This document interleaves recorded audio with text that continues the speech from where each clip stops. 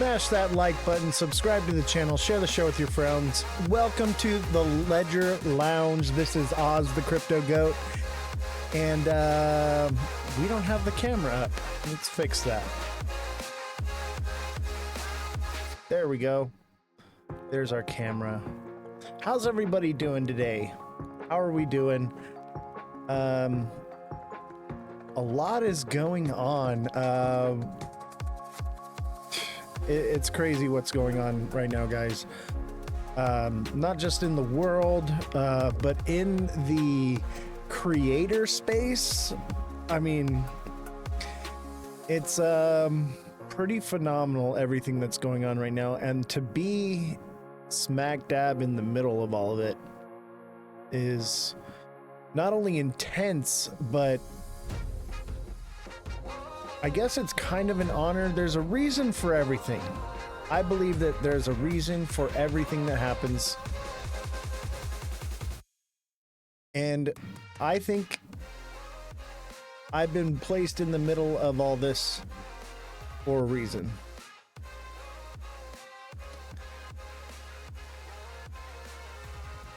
You can't see me. That's because the main screen's not on yet. Sorry about that.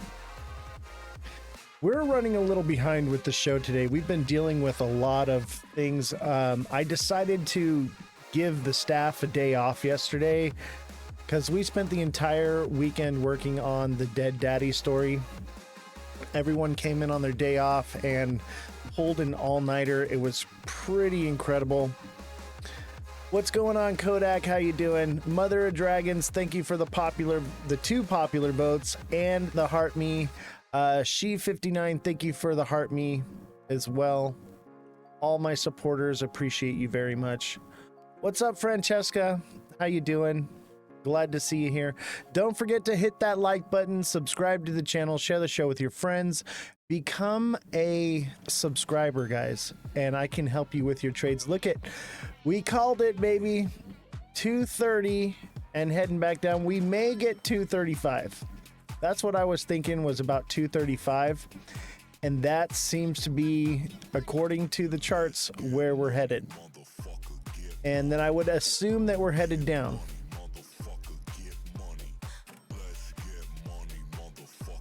Thank you, Francesca. I appreciate you. What's up, Spider-Man? How's it going?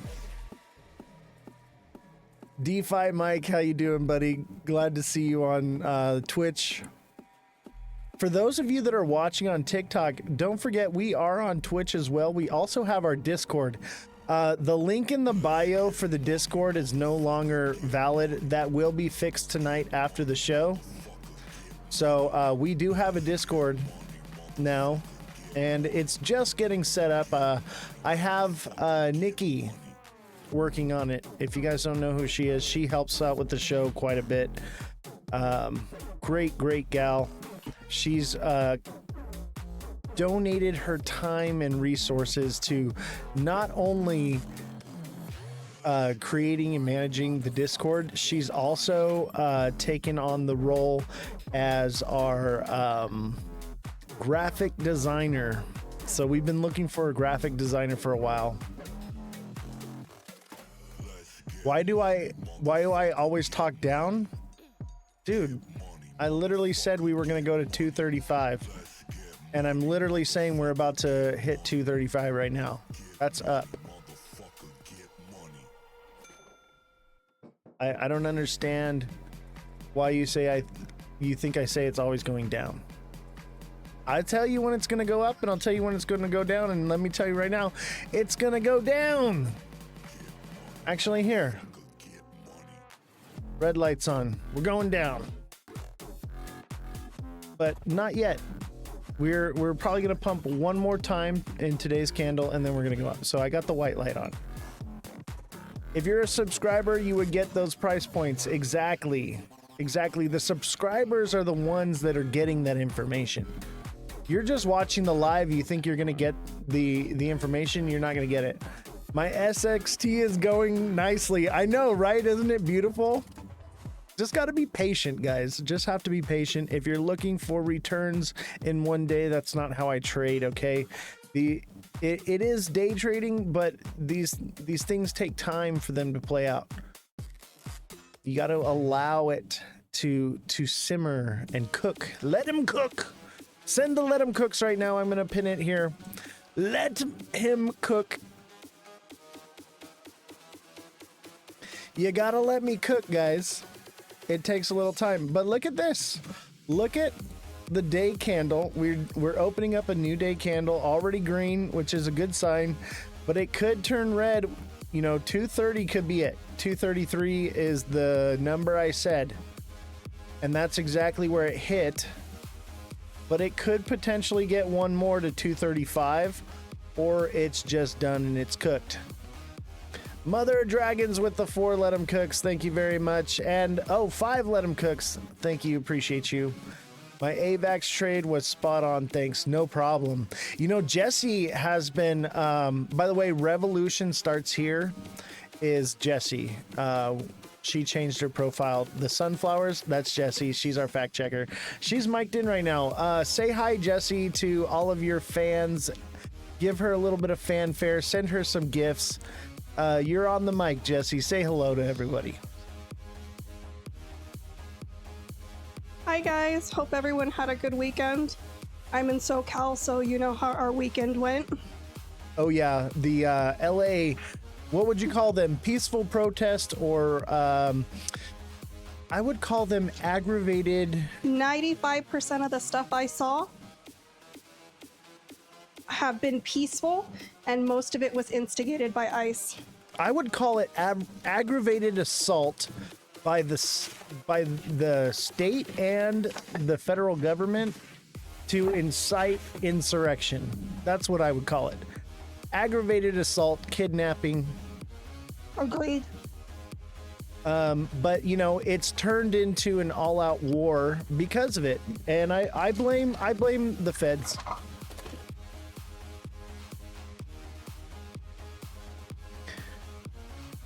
Yeah, it's pretty crazy out here. We're gonna go over it, and maybe we should cover that story first because it's like, what's going on? It's pretty radical out here in California. There's actually a website you can go to that will show you where every protest is going to be. And I think most people want to protest. The problem is, this is speculation. Okay, this is speculation, but I believe that they put people into the crowd to be bad actors to break things up. I firmly believe that. And, you know, we saw that happen with January 6th. We've seen that happen with multiple scenarios of protest. This is their way of shutting down free speech, shutting down protests. They deem them as an unlawful assembly, and then boom, you're under arrest just because you were out there waving a flag. They hire federal agents or informants or whatever you want to call it. And, you know, you also got to understand, like, if the left is doing a protest, the right will come along and disrupt that protest and get it deemed as unlawful, and vice versa. The right will have a protest and the left will show up and get it to happen to deem unlawful. So it's like a lose-lose situation. Instead of working together, we've created a system where the state reigns supreme and they can silence the people, and we played into their hands, or they did. All right, coming up on the mic here, Jesse, go ahead. Jesse, you got a lot of background noise going on. I need people to go read Project 2025. Part of it is militarizing against people, and people that are a quote-unquote threat to democracy.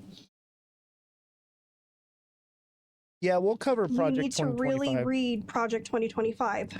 I'll tell you what, why don't you work on a story for Project 2025 and we'll cover it. We briefly covered it a little bit, but there's definitely more to dig into with that. But it's actually tied into Objective 31. We'll cover that one. Thank you, Jesse. Appreciate you. So that's Jesse, our fact checker. The Project 2025 thing is a little rocky. There's a bit to dig up on that, but I do want to give it some validity. It does have some validity. Mother of Dragons, thank you for the other Let 'em Cook. That's a total of 6 Let 'em Cooks for Mother of Dragons. Thank you very much. And Mr. Zines, thank you for the 50 TikToks. Appreciate you, buddy. Maybe we should pull Mr. Zines up here. No, we're not going to get into that. We're not going to get into that. Just a random guy on the internet. That's what I wanted to see. Exactly. Exactly. We'll cover Project 2025. Yeah, I think we could be headed down, actually. This could turn into a bit of a bull flag and do something completely out of the ordinary. There's a lot of buy pressure. You see the wicks on the bottom here? There's a lot of buy pressure. But it could potentially come down. I would say 235 to 247 would be the max. Leave you alone? I don't know. I'm tempted to mess with you a little bit, bro. No, you're all right, bro. I appreciate you reaching out to me. We won't go into it. There's no need for any of that. We're good, bro. No. You're good. Everybody makes mistakes. Gambling? No, we don't do any gambling here. We don't condone any gambling. And if you put it in the chat another time, you will get banned because that is one of our no-no words here. Jesse, if you could moderate that and remove that from the thing. You don't have to remove Toby, but remove it from the chat. I do offer one-on-one coaching, Toby. So as a deluxe subscriber, you can get one-on-one coaching with me. And I can teach you how to trade like I do. I'll tell you what. Yeah, try not to say the G word in the chat, though, guys. It will get us flagged.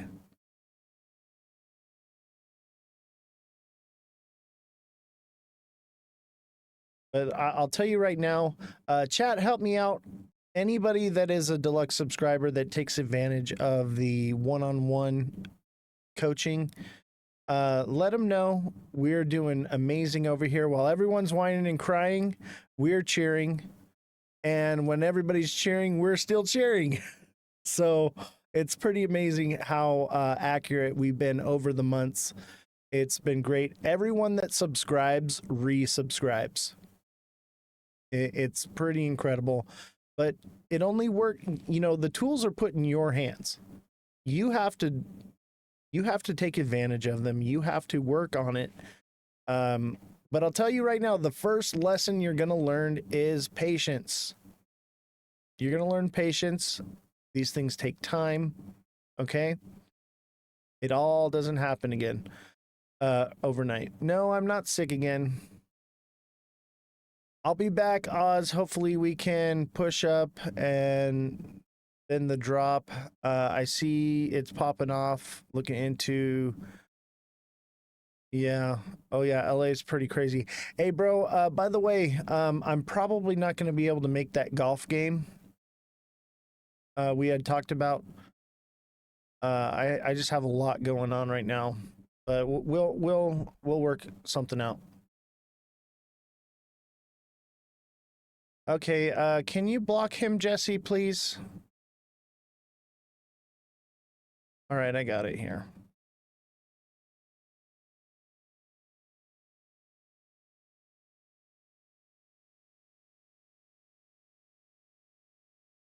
All right.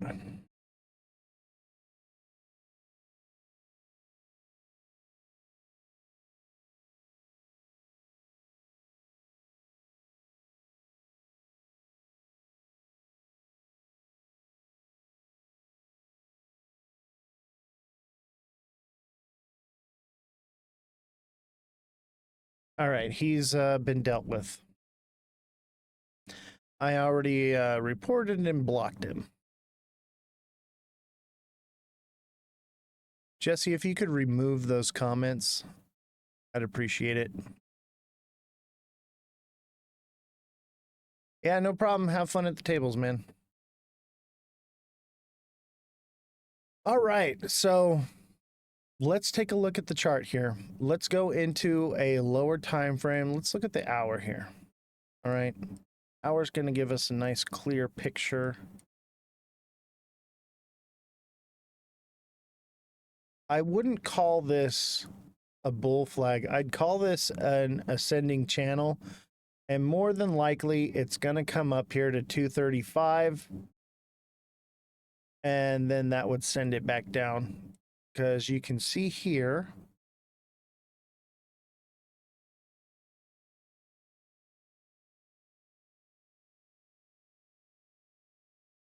there's our channel, and we'd probably pump up to here to about 235-ish, maybe 247, but then it would come back down. But as you can see here, this is a double bottom. I know it doesn't quite look like it, but if you come into the day, you can clearly see that this double bottom right here, because I count the wicks, you know, the bottom on this one was right where this wick and this wick is at. That's 208-ish. We got a double bottom here, and then we pumped up. And so this double bottom has fulfilled itself at 233.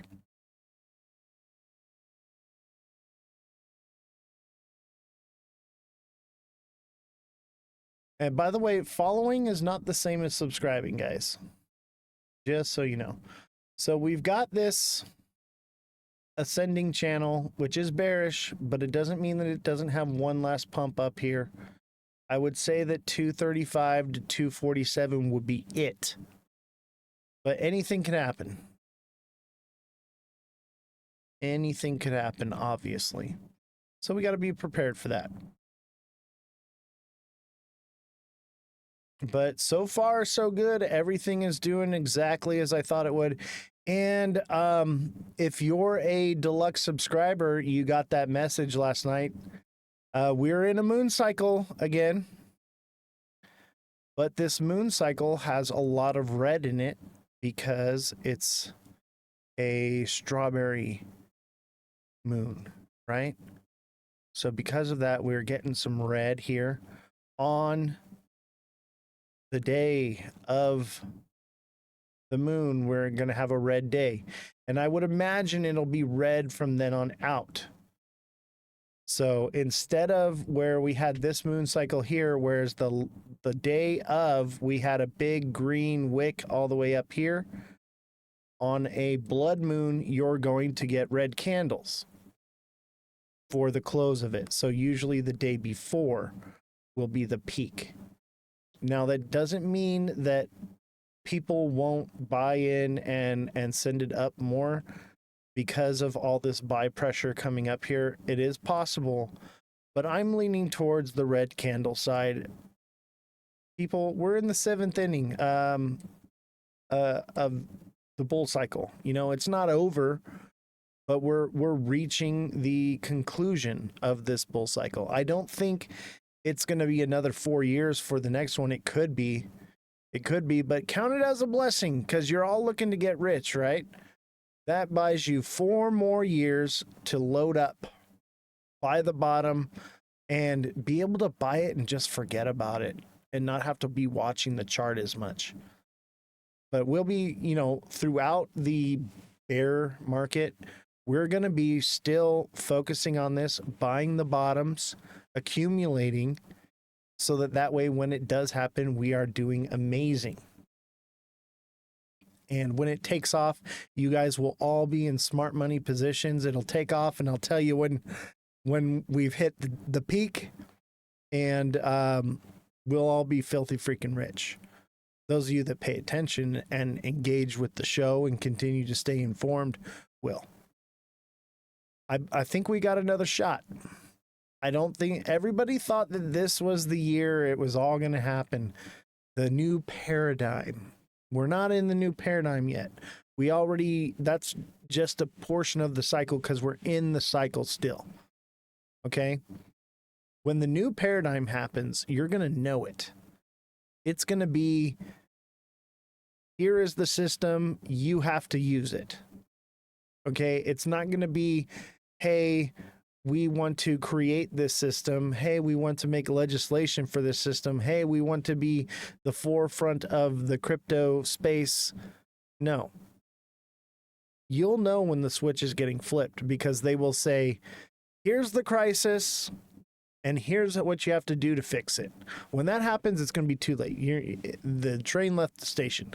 We have time. Everybody is FOMO'd out and freaking out like they're going to miss out on something. You have time. Don't buy the top yet. All right? You should be trading. If you're just getting into crypto right now, you should be trading. If you are buying to hold to get rich, you're doing it wrong right now. This ain't the time for that.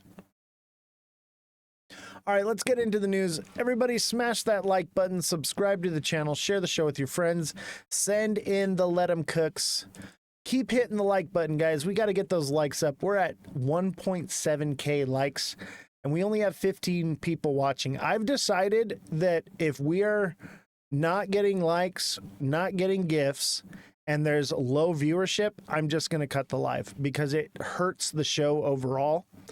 So you as the viewer need to be actively helping to keep the show alive because we have to be a team together here in this early phase of growing the show. Jesse?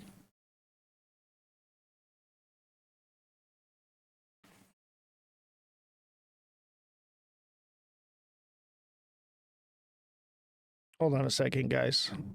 They left the studio door open.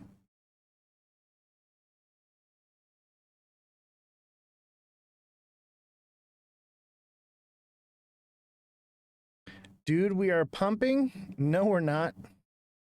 No, we're not. This ain't a pump. We had a pump for a couple days, like I said we would, and here we are now. Can you shut the door all the way? Make sure it's shut. It blows the hot air in here. Okay, thank you. Look at Ethereum. Yeah, you got it, man.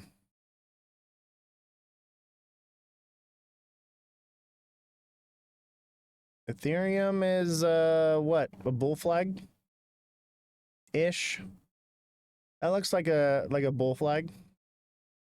Wouldn't say though, really though, because this should have come down. This is out of the ordinary. But it's like straight across. So really it just built itself a new bottom.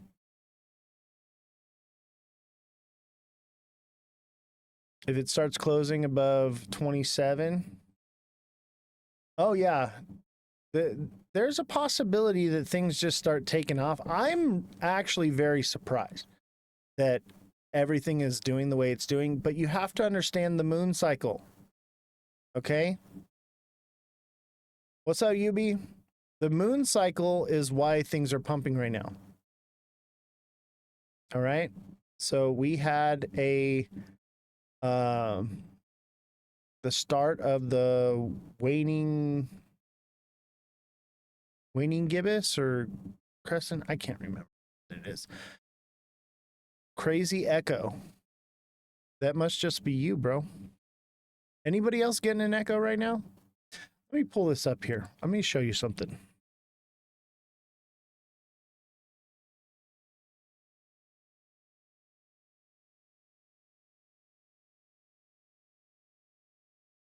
Let me see here. Here it is, right here. This is the moon cycle right here, guys, right? So we went into a waning gibbous, or excuse me, a waning crescent, right?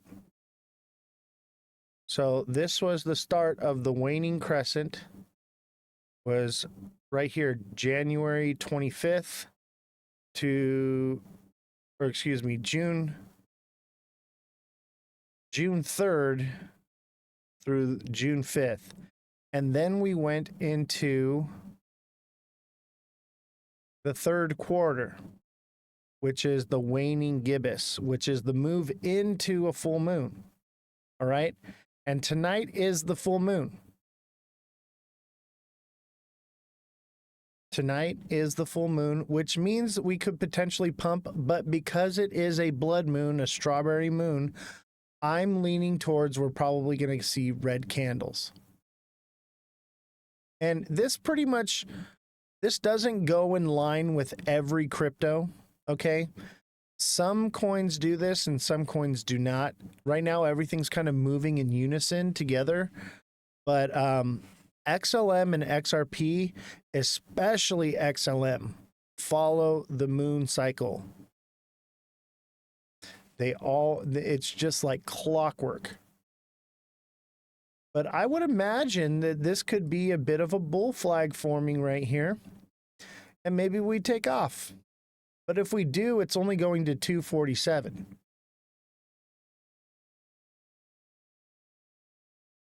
Thank you, Hungalo. 247 would be the top. And even if we hit 247, that's still a head and shoulders pattern. And we would come back down. We just wouldn't come as low. I would put the price point more like 180 if that happens, than being down here at 160, 175. But the moon cycle is a real thing. Whether you believe it or not, other people do, and they trade based off of this. And you're seeing what happens. Rutina called me a clown. I love it now when people call me a clown. Before, it was like, oh man, they're calling me a clown, and those people took out massive longs and lost a lot of money because they didn't want to listen. So call me a clown. But I'll tell you what right now, those who watch the show, they know better to heed the warning. Revolution, thank you for the 2 Let 'em Cooks and the 7 popular votes. Much appreciated. Pallet Town, thank you for the heart me. Ken, thank you for the 3 lightning bolts and the heart me as well. Appreciate all the gifts.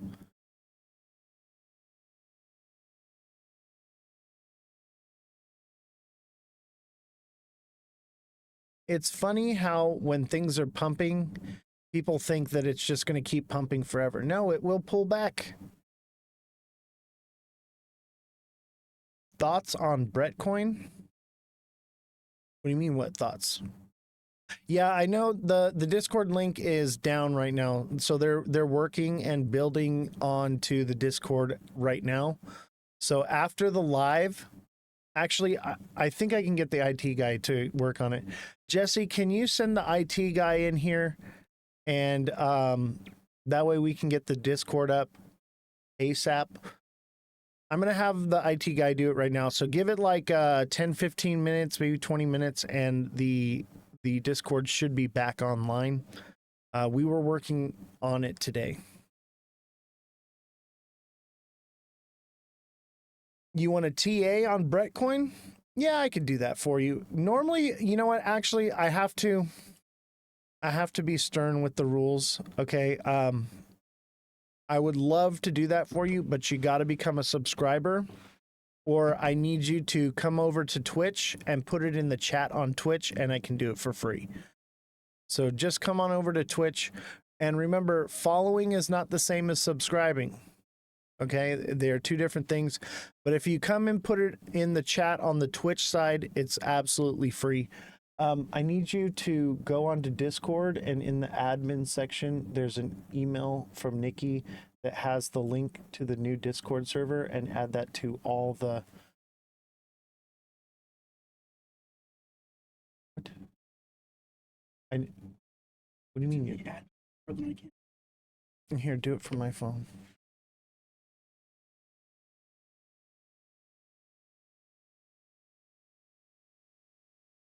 Okay, it's right now.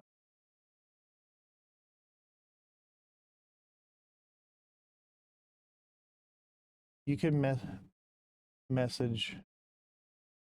Somewhere in there is the link. And add it to all the sites.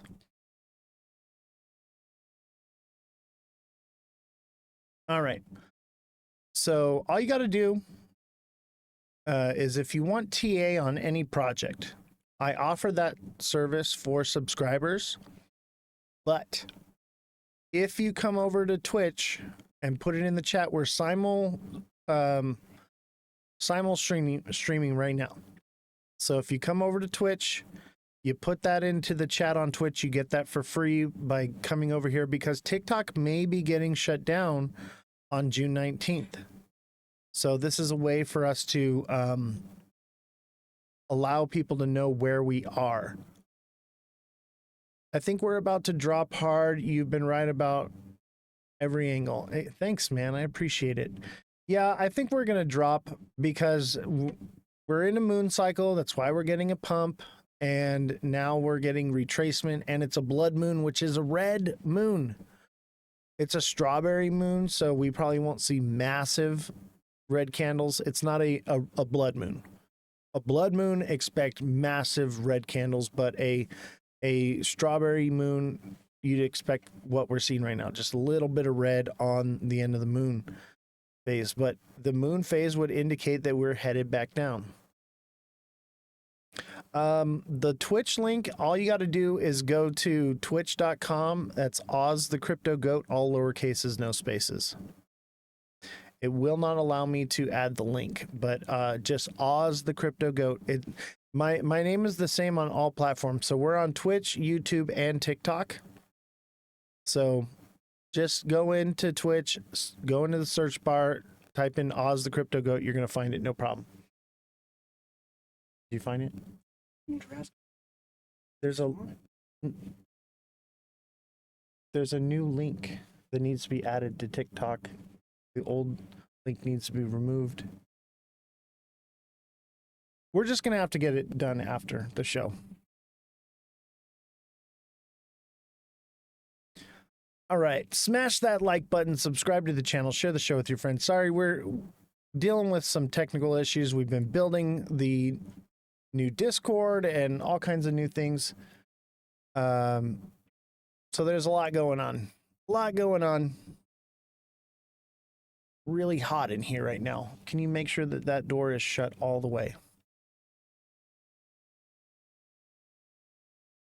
All right.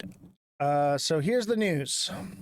XRP surges past 240 as investors flock to PFM crypto, redefining AI-powered cloud mining with the official launch of XRP's mining project. This was June 10th. This is today. What a lie. This is a lie. XRP did not surge past 240 whatsoever. And this is how they lie to you. This is why we're here to fact check things. This is why you cannot trust the news. Look at, we went to 233. That's it. 233. And the news will lie to you. It will tell you all kinds of nonsense. We clearly did not make it past 240. 240 is all the way up here. That's got a long way to go to get there. So don't trust the news. Trust in the goat. 240. I just wanted to bring that up to show you guys.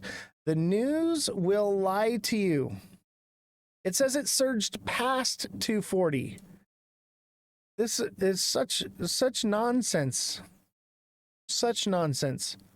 They don't know what they're talking about. I can't believe, I feel like it's just children running these news articles.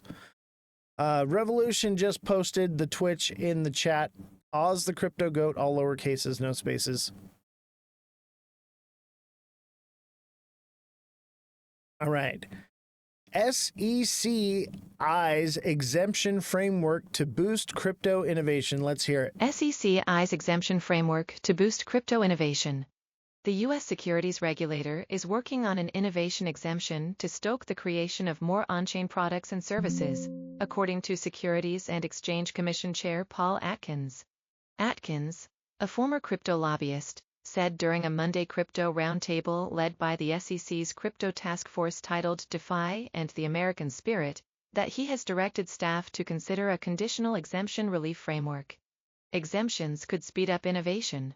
These temporary exemptions would relieve firms from specific regulatory requirements to foster innovation in emerging tech sectors, provided they meet certain conditions. Atkins said it would speed up the process of bringing on-chain products and services to market, while the SEC staff considers amendments to the Commission's rules and regulations. Source: U.S. Securities and Exchange Commission.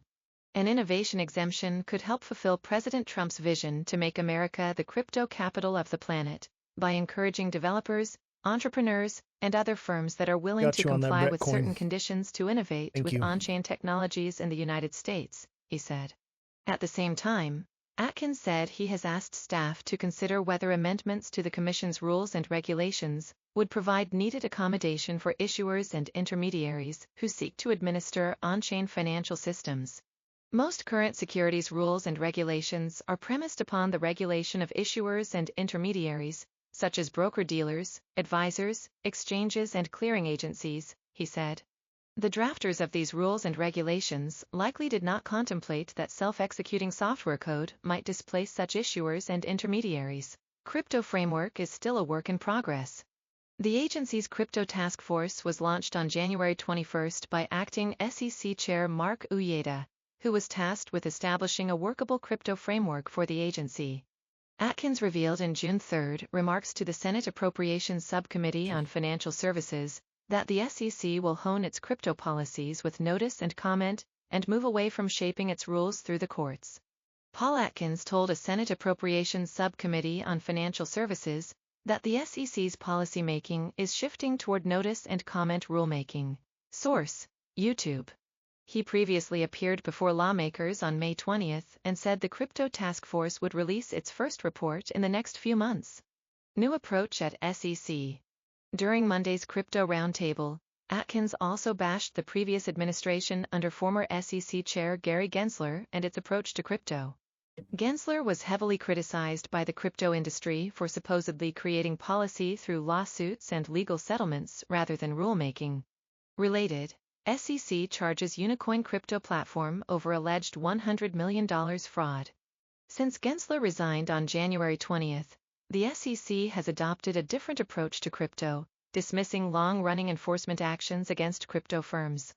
SEC staff have also released guidance around the most common crypto staking activities, saying they do not violate securities laws, as well as information about how federal securities laws could apply to crypto. Magazine. SEC's U-turn on crypto leaves key questions unanswered.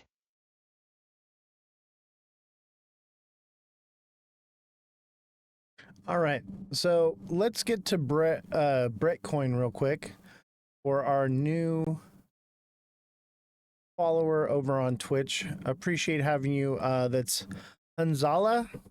Glad to have you. This looks like a bull flag.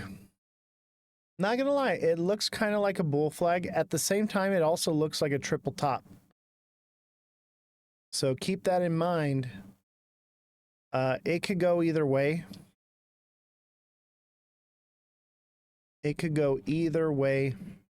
Let me go into a shorter time frame. I'm leaning towards bull flag on this one. Now, I don't know, man. That's a bit of a triple top. It does decline a bit.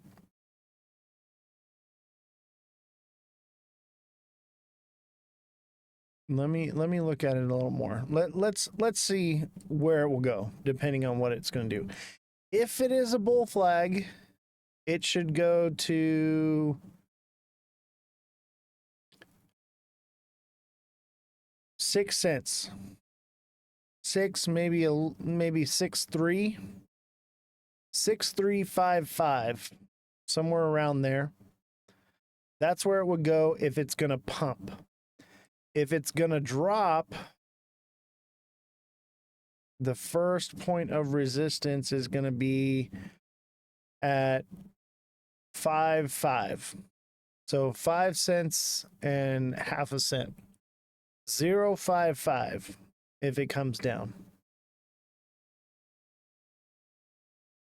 By the way, everybody, the Discord is now in my bio. If you guys want to click on the Discord, add to my Discord.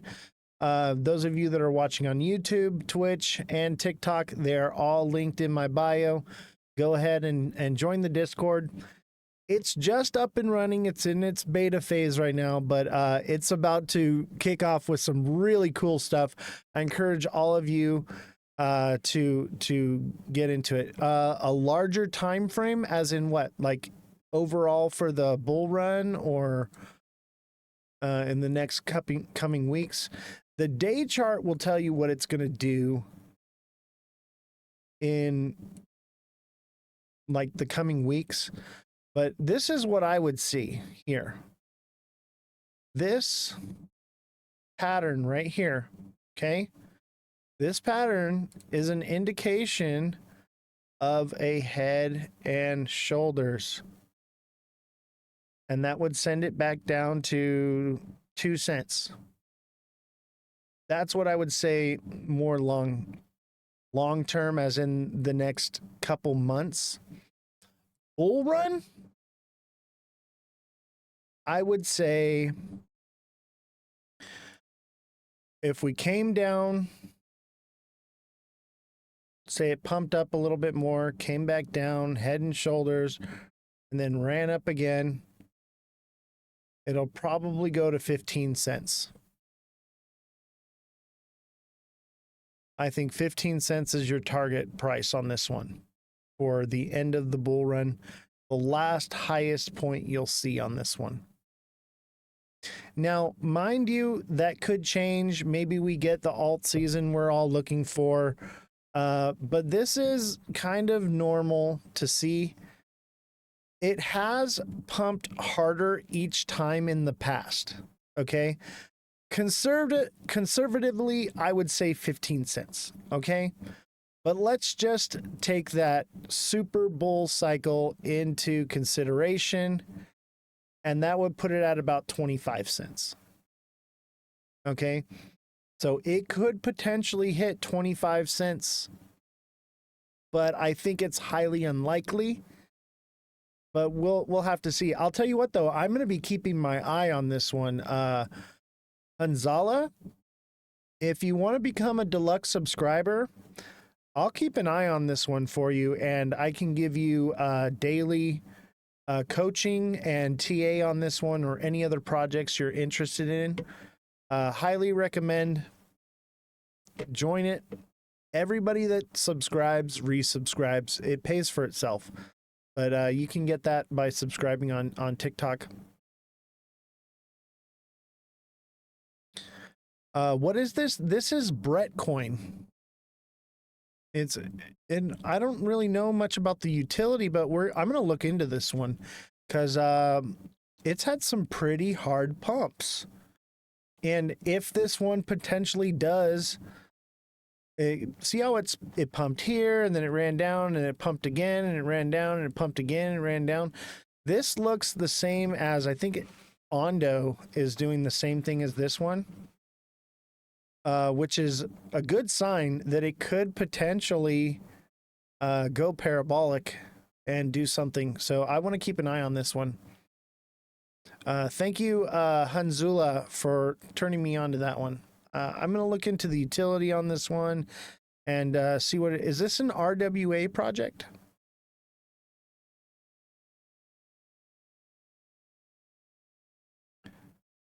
CPI tomorrow. Bread are the do you know what's going on with Coinbase? What do you mean, Ethan? Coinbase went public, or not excuse me, Circle went public. What do you mean Coinbase? Are you getting locked out of it? Or hey, TikTok seller, thank you for the heart me. Revolution, thank you for the 7 popular votes. Revolution, thank you for the 2 let 'em cooks. Appreciate the gifts, guys. Send in some let 'em cooks right now. We need some let 'em cooks. Engagement's a little bit down. Let's see if we can get that. And if you can't give, hit the like button, guys. I need y'all tapping that like button. Start tapping away. Let's get the viewership up here. I need you guys' help. We got to work together. Keep this show alive. What will happen to the market with the CPI tomorrow?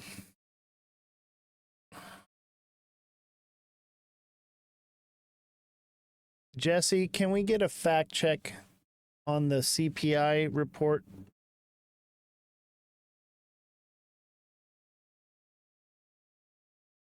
I would expect that rates aren't going to come down. I do have an article covering it, but that's why I'm going to fact check, because I can't remember if it's tomorrow or not, because I feel like I would have known that. Jesse, can we get a fact check on the CPI report? I'm going to turn your mic up. Yeah, it's Wednesday, June 11th, 2025 at 12:30 p.m. This report will provide data on how much the prices of everyday goods and services have changed compared to the previous month and year. Got you. So are they releasing any, is it just the release of a report, or is it a decision to lower Yes. rates? It is the release of a report at 12:30 p.m. Data for May 2025. Interesting.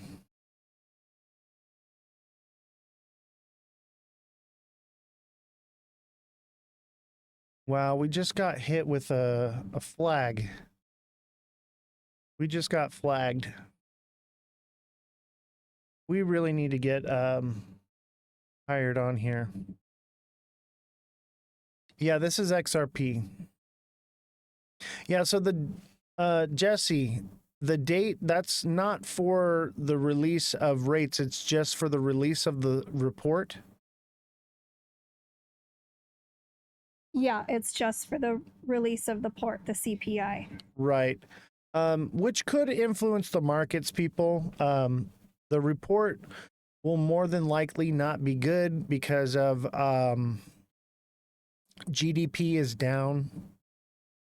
They said I was using unoriginal content. That's the reason why. But I would imagine that nothing good will come from it, or it'll be basically skewed numbers, skewed, inaccurate. They always release inaccurate information, which then the Fed uses as a reason why, oh, we don't need to lower interest rates. And then the real report comes out, and then it's much worse than what they actually originally said. And then what they do is they say, oh, well, it's still not bad enough. And it's a way to mitigate any kind of freak out, I guess. I don't know why they can't just give it to us straight. They act like we're children. I'm going to leave Brett Coin up because we're going to look into that. Jesse, can you look into Brett Coin? I believe it's on Tether Network.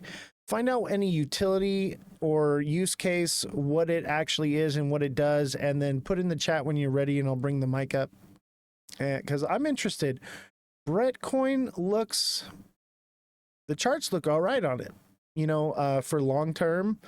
If we can find the bottom and buy up on it, this could be something worth getting into, especially if it's got good use case. Let's look at Circle for Guinea Marie.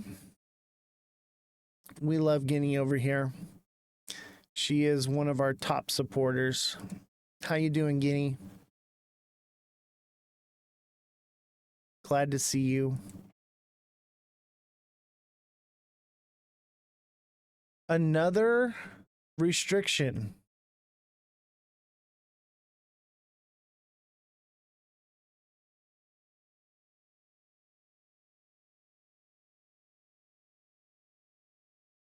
What the heck? I think we're gonna have to drop the live and restart. We got a hater.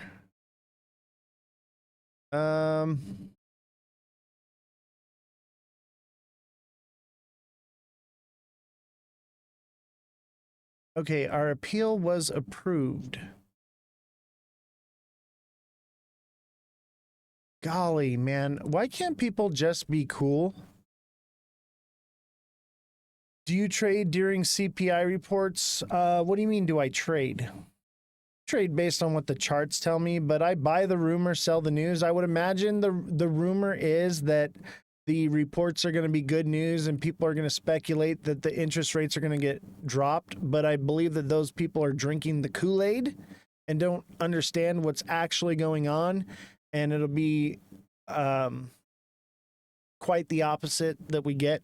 I would love to see interest rates drop. Man, if interest rates get dropped, believe me, I am on it. Like I will turn the green light on, okay? We will be full green, okay?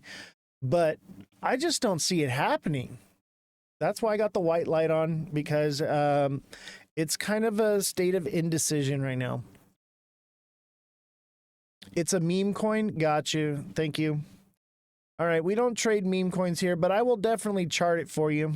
I have no problem charting it for you, but Brett is a meme coin. Zizix, thank you for posting the Oz the Crypto Goat and the Heart Me. Appreciate you. HD Malicious with Let 'em Cook, TikTok seller with a Heart Me. Appreciate you guys. You guys are awesome. You guys keep this show alive. We need those gifts right now more than ever. Any kind of gifts you can send.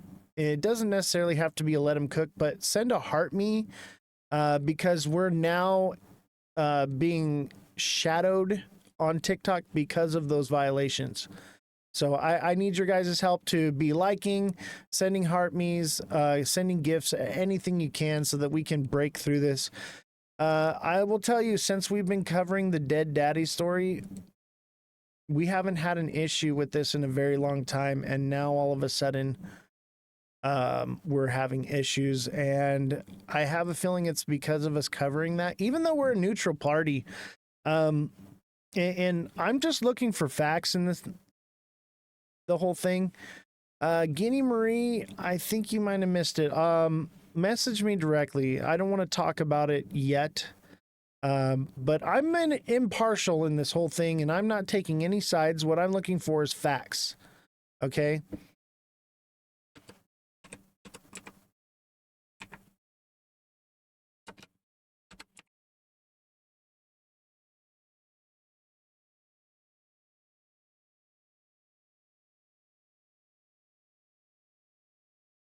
Let me just put it in CRCL.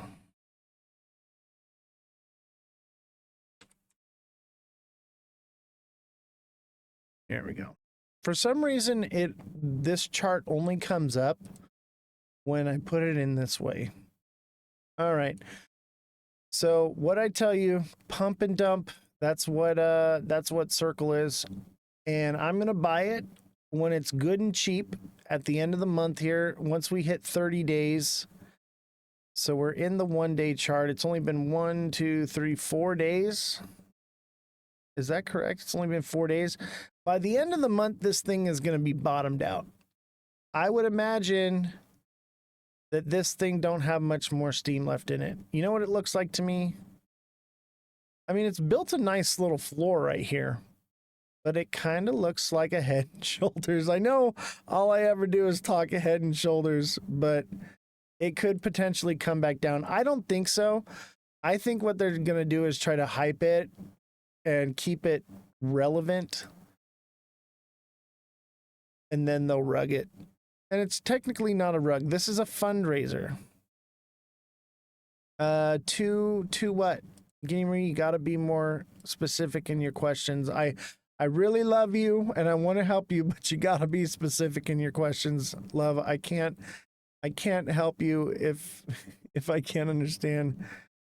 Coming down to what bottom? Well, right now I would say this is an accumulation phase bottom if you think it's going to go up. Let me see. I would say the bottom's probably like $75. I can't believe how well this IPO did. This is phenomenal. You just don't see this kind of stuff in IPOs. I'm looking to long-term hold this one, so I didn't want to get stuck buying it at too high of a price.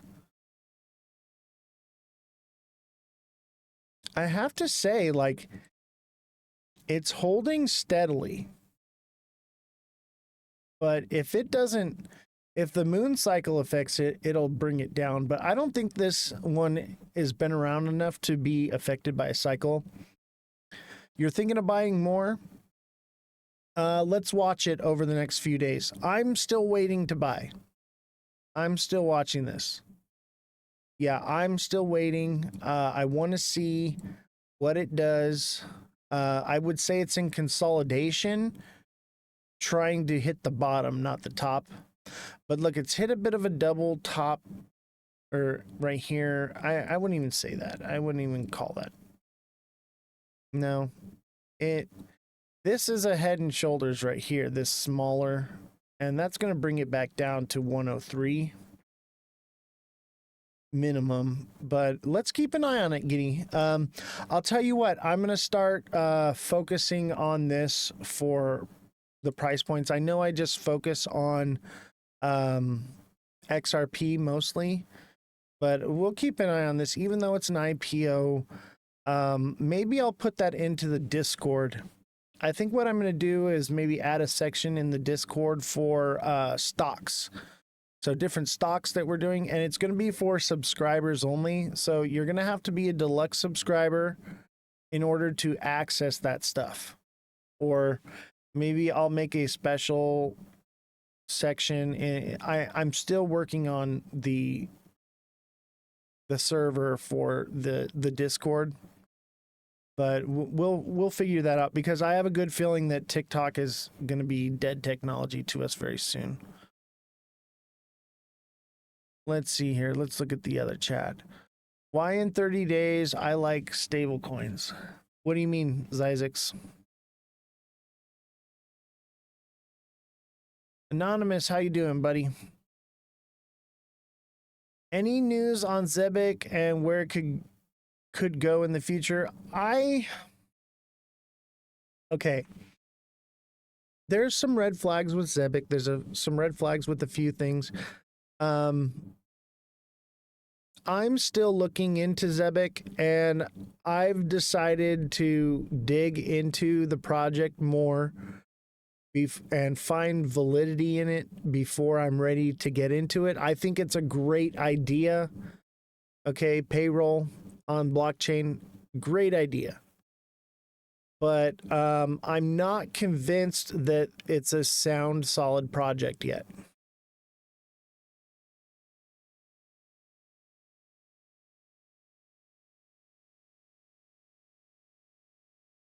Yeah, I like that stock too, Guinea Marie. Zyzix, thank you for the heart me. HD Malicious, thank you for the let him cook. Zyzix with the 20 roses, and Guinea Marie with the heart me. Thank you very much, guys. You guys are amazing. We have almost reached our goal for the let him cooks. Who's got me with some let him cooks? Help me out here. Yeah, Ricky, it's one of those things where I'm not going to try to get into it in this bull run. I'll catch it on the next one. If I find validity in it. I'm a smart money trader. I'm looking for projects that I know and trust and believe in, and I'm looking for smart money entry zones.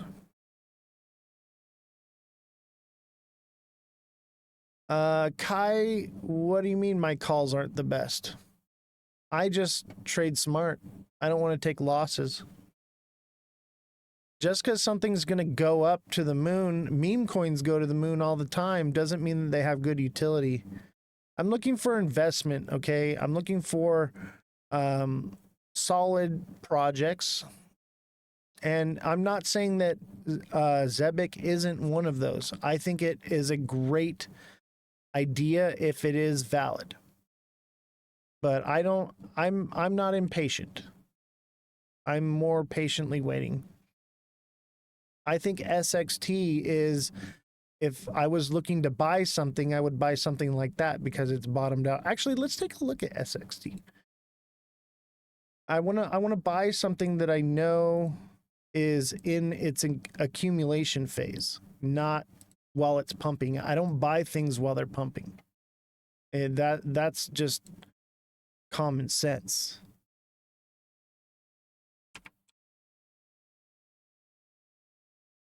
XT.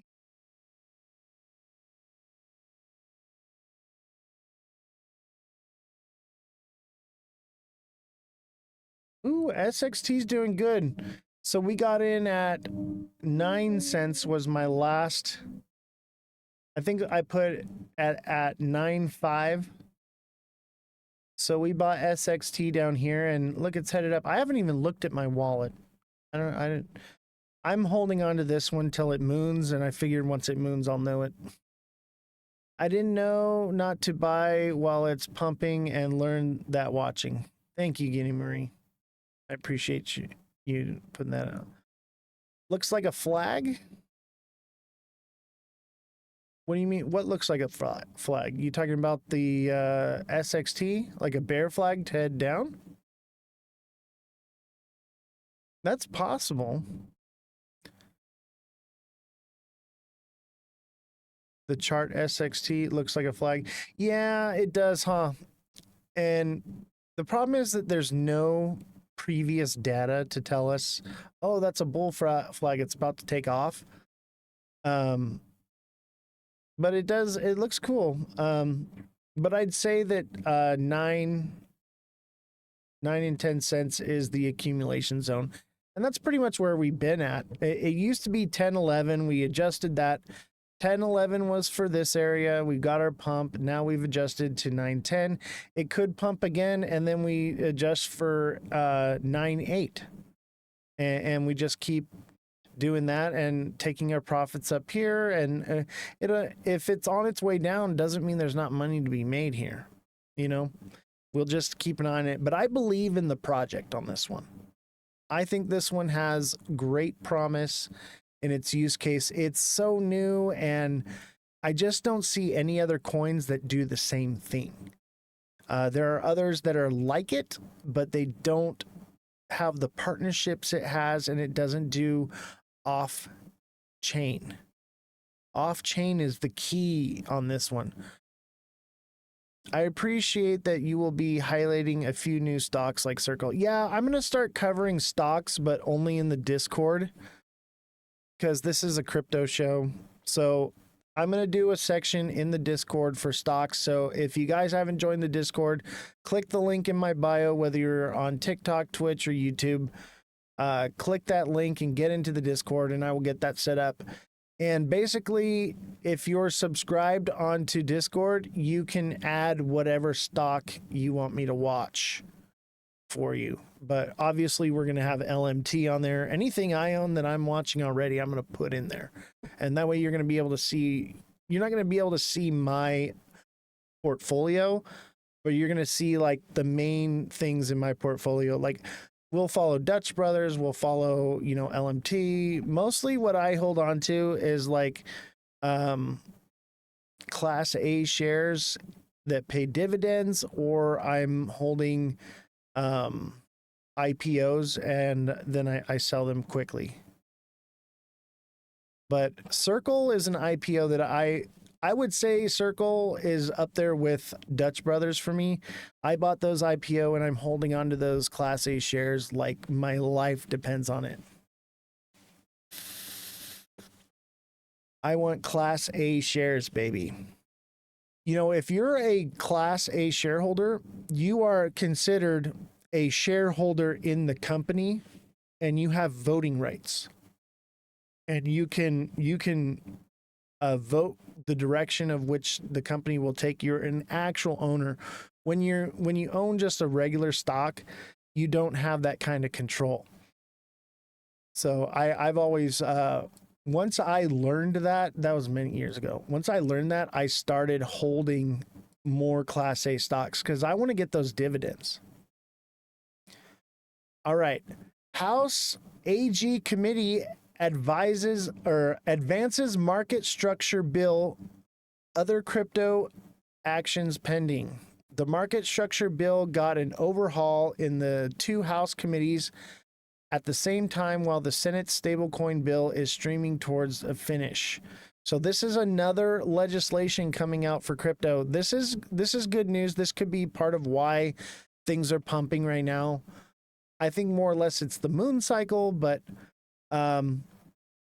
two House of Representative committees dug through the crypto market structure legislation known as the Clarity Act, considering amendments in markup hearing on Tuesday. The House Agriculture Committee advanced its version with a massive bipartisan support shown in a 47-6 vote, while the House Financial Service Committee continued to debate amendments.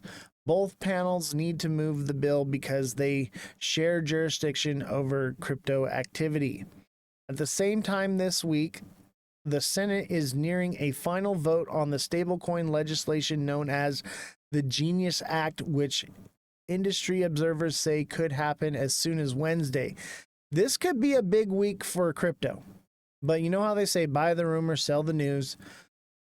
This could be something that gives things a pump in the short term.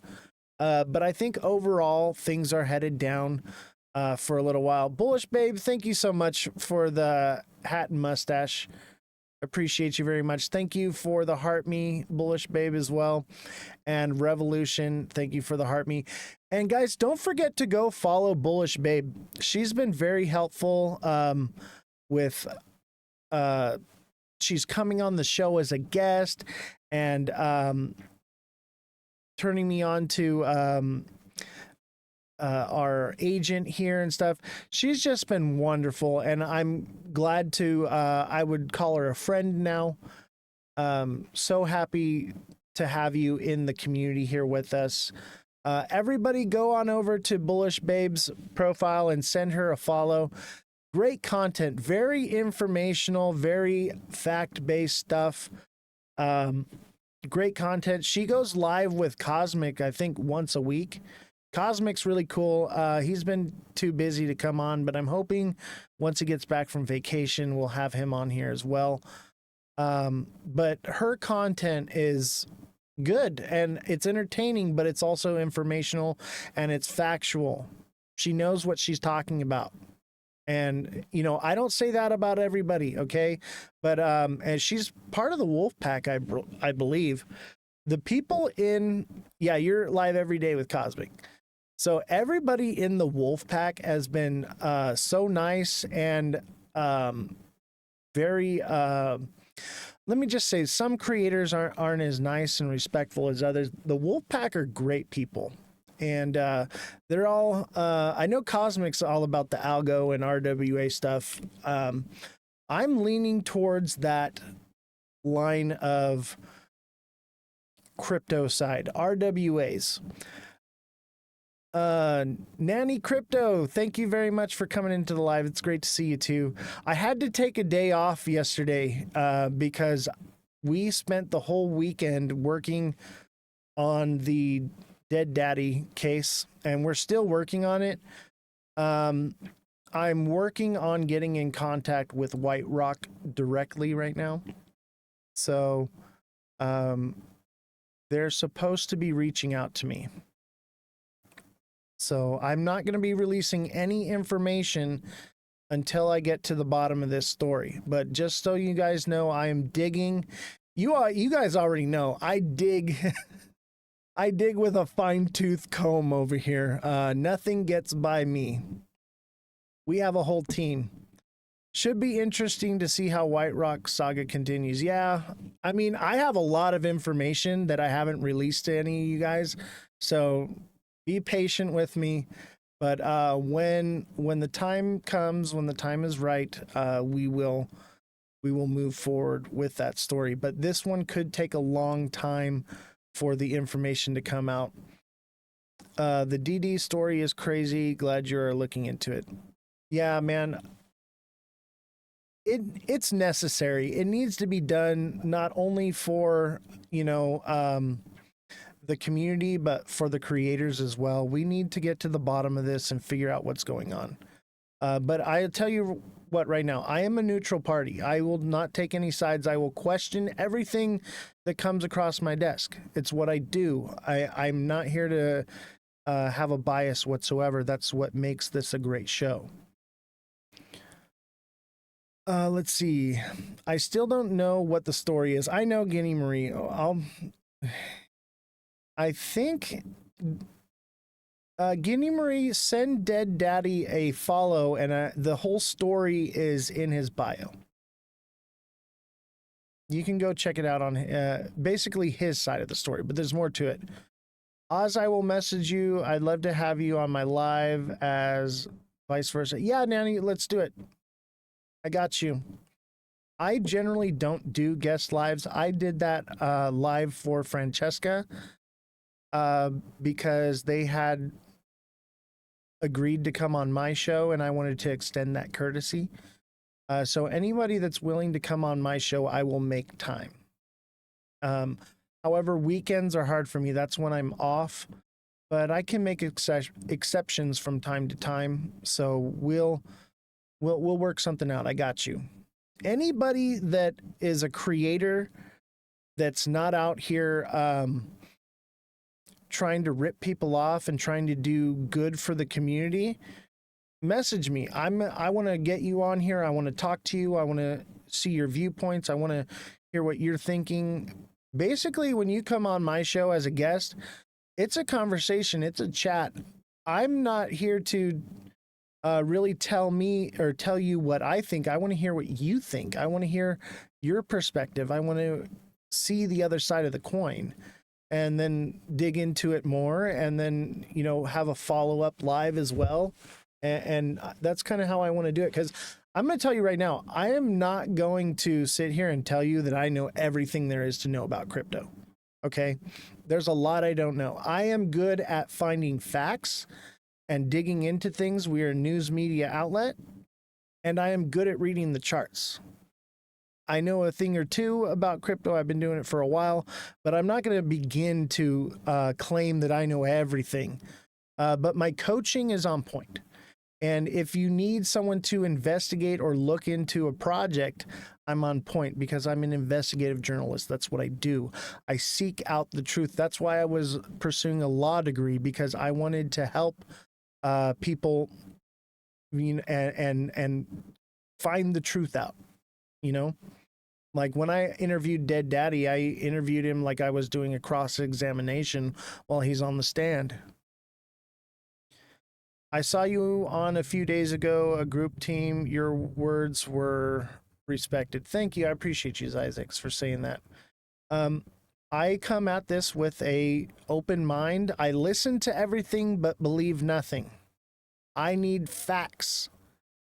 Facts is what I'm not opinionated in every way. I do have my opinions, but I try to express that, hey, this is my opinion, hey, this is speculation, and this is hard facts. And there needs to be a fine line between all those things. Hey, Nanny, no worries. Thank you for coming through. I appreciate you.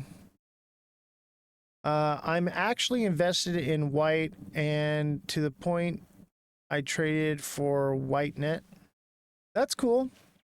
I'm not going to talk positively or against anything until I know everything about it or I feel confident in the project. I don't shill coins out on this show. If I find something that I like, I will inform you, but it's up to you to do your due diligence. I will give you as much information as I have, and as I find new things, I will present it, but I'm not going to talk for or against any project.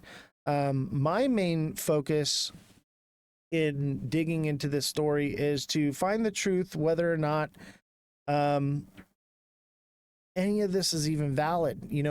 We have to seek out facts, and I'm not releasing any information until I have cracked the case, and this could go on for years. Who knows? So we'll see. Maybe I don't want to talk too much about it, but we will see.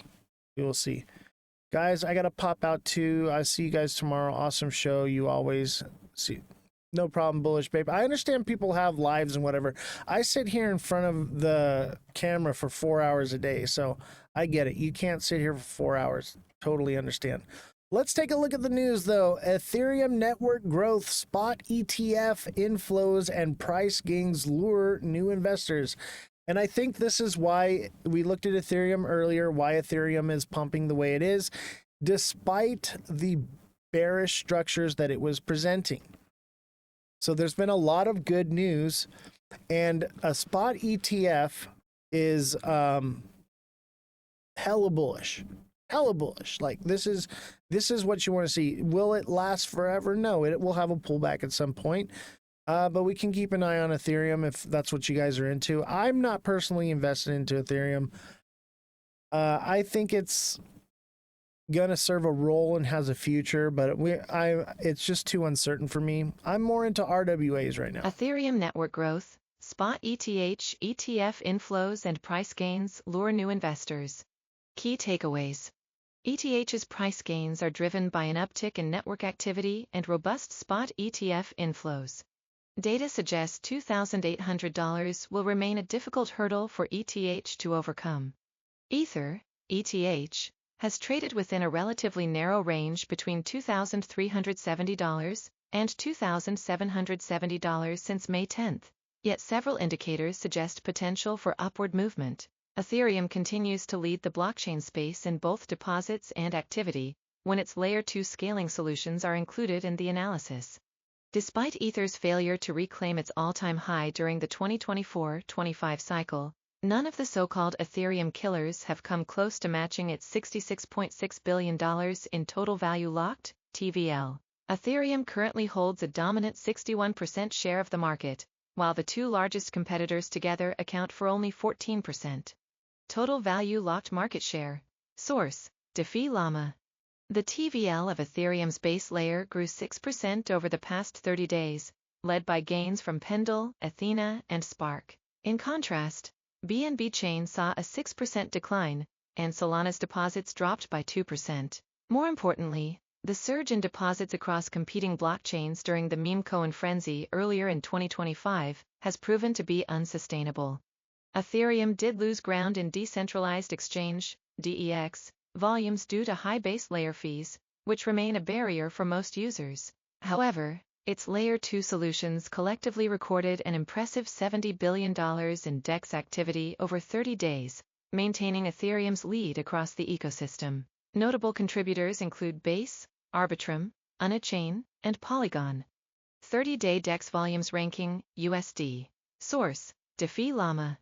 Interestingly, some networks that once aimed to challenge Ethereum's dominance with base layer scalability are now absent from the top 6 in DEX activity. For example, Tron reportedly posted just $4.5 billion in 30-day volume, while Avalanche recorded $4.2 billion. By contrast, Ethereum and its scaling solutions totaled $136.8 billion. Critics of Ether have raised concerns about Ethereum's sustainability, pointing to its modest $43.3 million in chain fees over 30 days. Recent network updates have prioritized benefits for rollups, introducing large, low-cost temporary data packets known as blobs. As a result, returns for stakers have been negatively impacted, since ETH's supply reduction largely depends on network fees. Beyond its on-chain dominance, Ether remains the only altcoin with approved spot exchange-traded funds, ETFs, in the United States. This advantage has helped solidify a $10 billion market, while competitors like Solana and XRP still await decisions from the U.S. Securities and Exchange Commission. Analysts expect a final ruling by mid-October. Since May 16, the spot ETH ETFs have not recorded a single day of net outflows, amassing $837 million in net inflows during the period. While this buying pressure may appear modest compared to the $4 billion in average daily ETH volume on major exchanges, it signals growing institutional interest. Related. Everyone loves crypto ETFs, but not after reading the fine print. ETH balance on exchanges, ETH. Source: Glassnode. Ether's short-term supply, as measured by exchange deposits, has fallen to a record low near 16.33 million ETH. Simultaneously, 28.3% of the total Ether supply is now locked in staking, a dynamic that supports positive price moves when demand increases. The sharp 48% ETH rally between May 7 and May 14 underscores the imbalance between holders and potential buyers. Considering Ethereum's on-chain metrics and rising spot ETF demand, a breakout above $2,800 in the near term seems likely. This article is for general information purposes and is not intended to be and should not be taken as legal or investment advice. So that's interesting. Ethereum. what was it? 28% is locked in staking. Was that correct?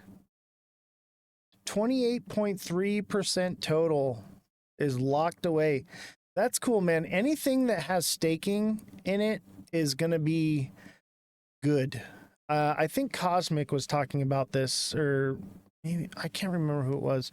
Maybe it was, I feel like it was Cosmic. Somebody was talking about this, and I agree with anything that has staking tied to it is going to be a good project. Because it's gonna help hold its price in an upward movement of sustainability instead of like XRP where it's constantly being dumped on.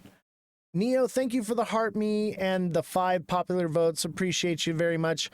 We need 6 more let 'em cooks. Who's got me with the let 'em cooks? Let 'em fly, baby. Any Bitcoin recommendations for a beginner? That's a good day for someone without a lot of money. Yeah. Let me tell you, C-Money, I offer one-on-one coaching. So become a deluxe subscriber and I can help coach you and give you those recommendations. I cannot give financial advice on here on the live, but as a subscriber, we can message directly and I can help you out there. But I'll tell you what, right now, those subscriptions pay for themselves. Somebody in the chat that's a subscriber, chime in, let him know he's in good hands, that how well you're doing. Let me tell you, everybody that subscribes resubscribes, and they're all going on vacations right now, and they're remodeling their kitchens and all kinds of crazy things. TikTok seller says that's so cheap and amazing. Simon says, what are your thoughts on the Chin and US framework? What do you mean Chin?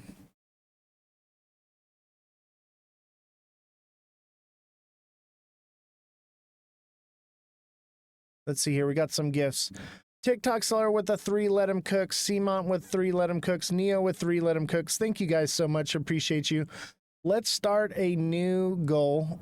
We want to get the heart me's coming in. Let's get the heart me's. So there's the new goal. Send a heart me if you haven't sent one already. My vacation is July 2nd. So glad to hear that, TikTok seller. Yeah, TikTok seller and Guinea Marie, they take full advantage of my coaching. And they are just thriving. When the markets are down, we're cheering. When the markets are up, we're cheering. We are calling it every single day. It's just incredible.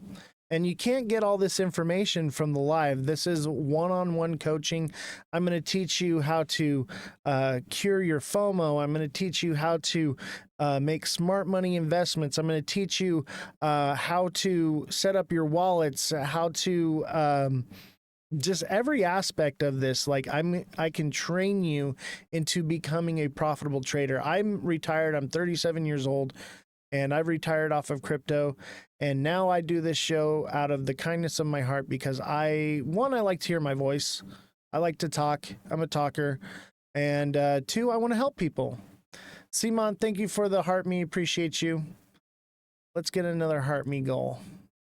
We're going to make the goals the heart me's. And don't forget, if you send a heart me, claim your rewards points by clicking it again. And that way you can get free stuff to send back to me and level up. Mar, thank you for the heart me. Appreciate you. Let's do another one. Let's keep those heart me's rolling in. Those help the show out a lot. There we go. We got another heart me goal. Thoughts on syrup? Yeah, I got you, bro. I got you. Pallet Town Trader, thank you for the FYP. Oh, China. Thoughts on China and US framework? I think it's the runaround, baby. I think it's just the runaround to keep tariffs low, but who knows? Maybe we get Maybe we get a deal. I'll tell you what, a deal would be very bullish. A deal with China is the main one. The China and the EU, those two deals will either crash the market or make it go parabolic. Syrup. I think we looked at this one before. Oh man, look at that thing. I made a nice, kind of like a bull flag, I guess, but look at that thing go, man. How long has this been out? November? Interesting. Look at how this thing has been performing since May. Wow. Mar, are you in this one? Please tell me you bought down here at like 9 cents, bro. If you did, like, round of applause. Round of applause. This is beautiful. This is what you want to see, man. Dude, congratulations. Congratulations to you. I would tell you this. It's not following the market. It's doing its own thing. It's newer. Jesse, can we get a market cap and coin supply on syrup, please? Chime in the chat when you're ready. I'll mic you in. Popular vote is another help for the show, and there's no limit to how many you can send. Yes, send in the popular votes, guys. Actually, I'm gonna change the GIF. We're gonna change it to popular votes. I don't know if it allows me to use popular votes as a gift here. Let me see here. Hold on. Don't worry, Mar Lopez. We're gonna talk more about this one. Hang on for me. I don't see popular vote on here. Yeah, it doesn't give me an option to put popular vote. Let's do goats. This way I can do 100 goats. If we get 100 goats, I'll buy like a goat. Yeah, I'm looking into, okay. I'm going to turn your mic on now, Jesse, and you can tell us the market cap and coin supply on syrup. You're mic'd in. Okay, market cap for syrup. The token for Maple Finance is currently around 520 million USD. This figure fluctuates based on the current market and circulating supply of syrup tokens. How many tokens are in supply?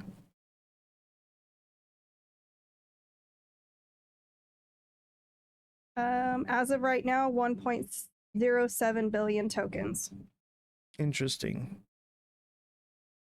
So it's decently low market The cap. maximum supply is 1.19 billion. 1.19 billion. Can you check and see if there's like an escrow who holds most of the supply? This is cool though. This is maple syrup. What utility does this have? TikTok seller, thank you for the 19 popular votes.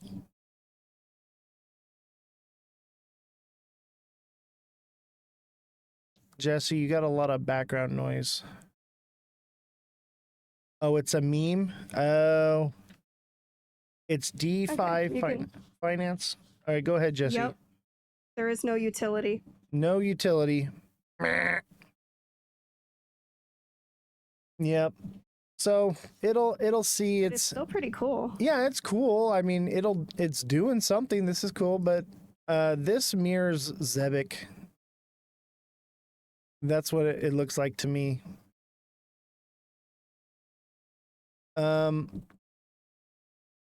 Where can it go? I'd say I would say 5 cents is a strong. See, it hit 5 cents and it's going to come back down from there. I would say that it's likely that 5 cents is where it tops out at for now. It could create a bullish structure and then continue on from there. But 5 cents and 50 cents and 55 cents are going to be strong psychological zones on this one. Yeah, the moon is big and red tonight. That's why I think we'll see red candles instead of green candles today. I would say probably 55 cents at the most on this one. It just depends. We can keep watching this. So make sure you follow the show and become a subscriber, man. Mar Lopez, become a deluxe subscriber and you can get one-on-one coaching with me daily. The weekends are my time off, but I will do TA on the weekends or coaching on the weekends on a donation basis. So you just send the Cash App or Venmo a couple bucks and we're good. Like otherwise we can do it during the week and it's all included. But I'd say keep an eye on this one. 50 cents to 55 cents are going to be very strong psychological zones. Make sure you're taking profits. I would say right now I would be taking some profits, and then when it moves back up again, take some profits, and then if it dumps down, I wouldn't recommend re-entering. You know, that's up to you if you believe in it, but it being a meme coin, I would suggest, not financial advice, but maybe move the profits into a coin that has already hit its bottom and has serious utility, something like SXT or whatever you prefer, whatever you believe in. You know, you got to believe in what you're buying. Mike and Nee, thank you for the GOAT. TikTok seller, thank you for the 19 popular votes. Mike and Nee, thank you for the Heart Me, and Danny Gibson, thank you for the Heart Me. Appreciate you guys. CRV, Pallet Town, you got to come over to Twitch and put it in the chat, or you got to become a subscriber. A sell point for what? On syrup?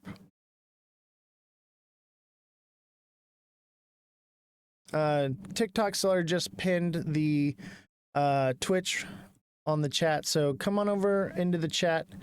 Pallet Town, I do appreciate you, bro, but we got to stick to the rules here. So you can get that TA on any project you like for free without paying for a subscription, just by coming over to Twitch and putting it in the chat, or you can just subscribe. But if you're looking for, you know, coaching, definitely it's a DeFi finance project. Jesse, can you fact check if Syrup is a DeFi financing project or if it's just a meme coin? Hey, dude, it's completely free to come over to Twitch and put it in the chat, bro. It helps with the Twitch side. We are just starting it and growing it. I think we've got like 75 subscribers on Twitch. I know, but Mar Lopez, that's the point of having a fact checker here. We want to dig to the bottom of things because we want to know the truth. We want to find out exactly everything we can. So, Jesse, I'm going to mic you in, and can you tell me what's going on with it? So you're mic'd on. Okay, so Syrup is a DeFi project developed by Maple Finance, a leading institutional lending platform in the DeFi space. It functions as a yield generating protocol, offering users access to institutional grade lending opportunities. So it's kind of like a lending thing between monies. So that's why people tie it with the meme coin. Institutional lending engine, Syrup leverages Maple Finance's robust lending infrastructure to provide depositors with access to high yield lending opportunities, very similar how Bitcoin functions. Unlike traditional Maple pools that may require certain checks, Syrup offers permissions access for users to deposit stablecoins like USDC or USTD and earn yield. Interesting. So it has some purpose. Pallet Town said liquidity pool. Yeah, basically, it's a store of value. That's cool. I mean, it's not super useful, but it does have its use case, and I could see where it would have potential for use. We'll keep an eye on this one. Pallet Town, you got to come on over to Twitch, bro. Put it in the Twitch. It's completely free, and I will look at your CRV for you. Can I ask you, give your opinion on Polkadot? I'm not hearing anything about it lately. Polkadot. Jesse, can we get some information on Polkadot and anything new that's happening with it, or are you just looking for TA?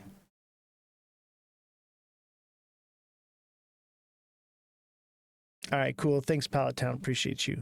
Link, let's look at Link. Link is a good one. Chain Link. Link is directly connected with SXT. All right, what's your question on Link? You just want a TA on it, Danny? You ready? Okay. Oh, can you look into Polkadot? Use cases, any new information on it?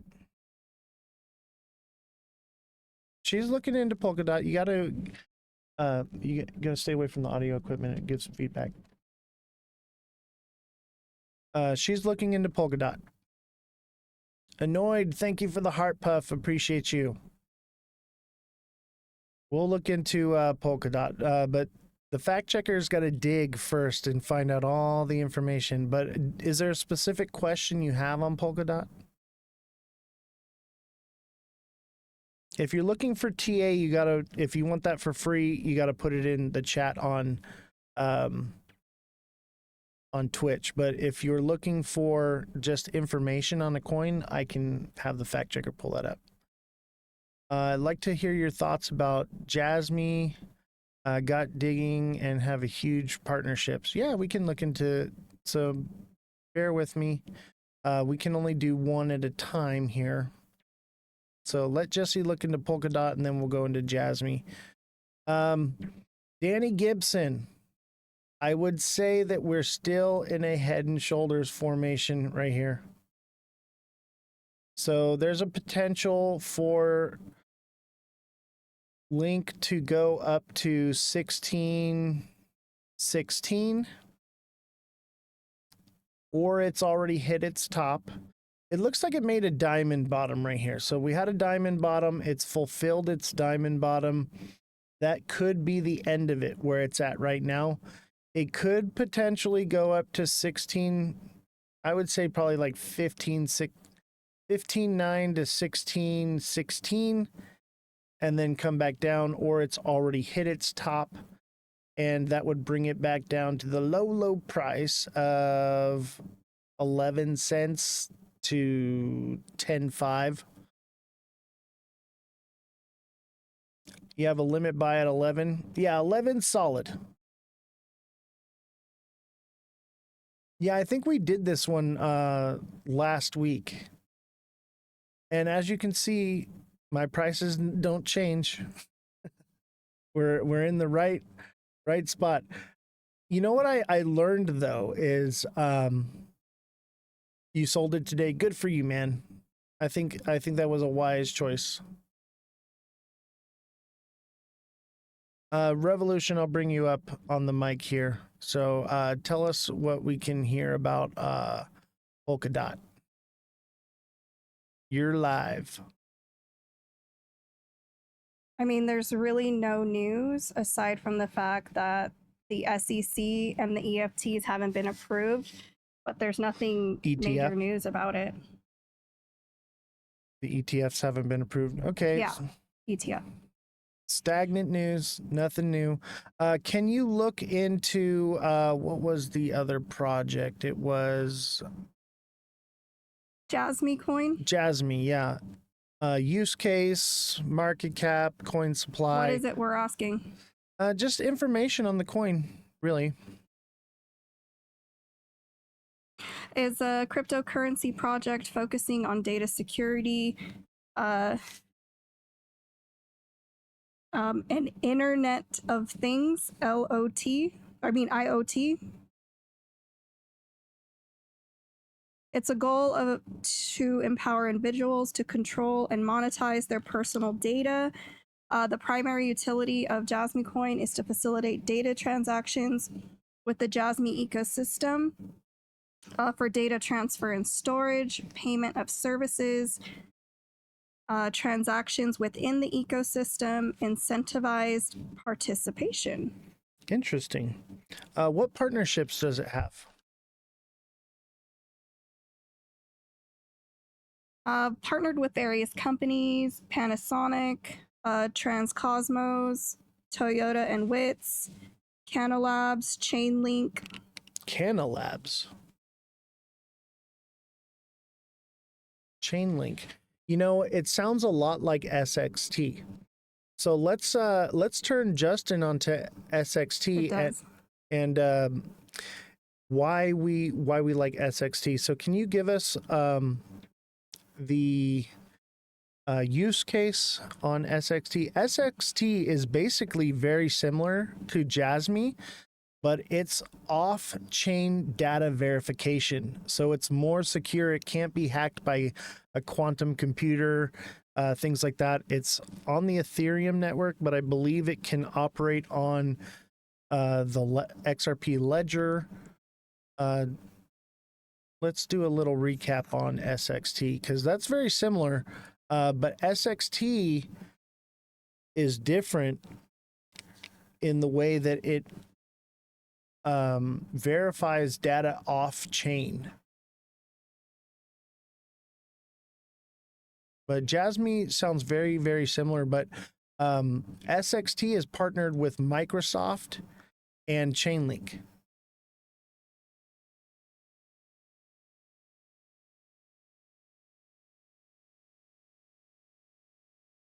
Pallet Town, glad to see you on the Twitch side, man. Thank you for doing that. I appreciate you, buddy.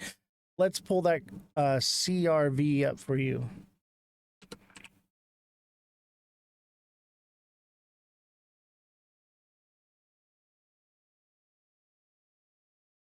Let's see, that's Curve DAO token, the US dollar. Does that look correct to you?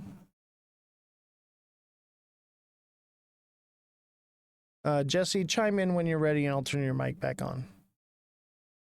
All right, so it looks like we had an ascending, broadening wedge here, which is bearish, and it fulfilled that. And it seems to be pumping up now, but it also emulates the market as far as what other things are doing. So there is a potential for it to pump up to 80 cents, but I would imagine it would probably head down. This isn't really a head and shoulders. It's a bit wonky, but could be considered, I would say, more or less. This one has the potential to come down to, let's say, 55 cents. But there's just not enough data. This is one we'd have to see what it does on Wednesday. Let me see here. You take a look at this. Looks like we had an inverted head and shoulders. We got a pennant and then a bull flag with a bear trap. And now it's pretty much resembling the market. Do I have a Telegram channel? No, I do not, but I do have a Discord. You guys can link the, okay, I will pull you up now for that SXT. Yeah, just tell us the utility for SXT, and so that he can see the similarities between Jasmy and SXT, because I would say SXT is primed for buying. right now. Whereas I'm not sure about Jasmine. Okay. Securing the network. Yeah, this is SXT. Validators stake SXT to help secure and verify data on the network, potentially earning fees and facing penalties. Incentivizing data providers. Protocol level payments. Governance. Future plans include decentralized governance where SXT holders can vote on protocol upgrades, query incentives. Receive SXT for processing and verifying queries. Data warehousing. SXT can be used to pay for storing and accessing data on the decentralized warehouse. AI agents is the currency for SXT is the currency for AI systems to access real-time data. Their partners are Microsoft, Chainlink, Matter Labs, Binance, Crypto.com, and Hashfly. So as you can see, SXT, thank you very much, Jesse. Appreciate you. As you can see, SXT has only been out since May 8th, and it's hit a nice bottom here. Your accumulation zone on this one is going to be around 9 cents to 10 cents. And I believe it's at about 10 right now. I would say right now it's at 10 even. This is your buying accumulation zone on this one. This one is already bottomed out. It's ready for accumulation on this one. Not financial advice, but I believe in this one. The fact that it's off-chain data storage, verifiable off-chain data storage is huge. No other data security, data storage does it off-chain. That's why I'm so into it. And it's partnered with Chainlink. It's partnered with Microsoft. It also has military use case. So the military can use it to store intelligence. Definitely a good project to be looking into. And it's very low market cap. I believe the market cap's at like 150 million and the total supply. Jesse, what's the total coin supply and market cap on SXT?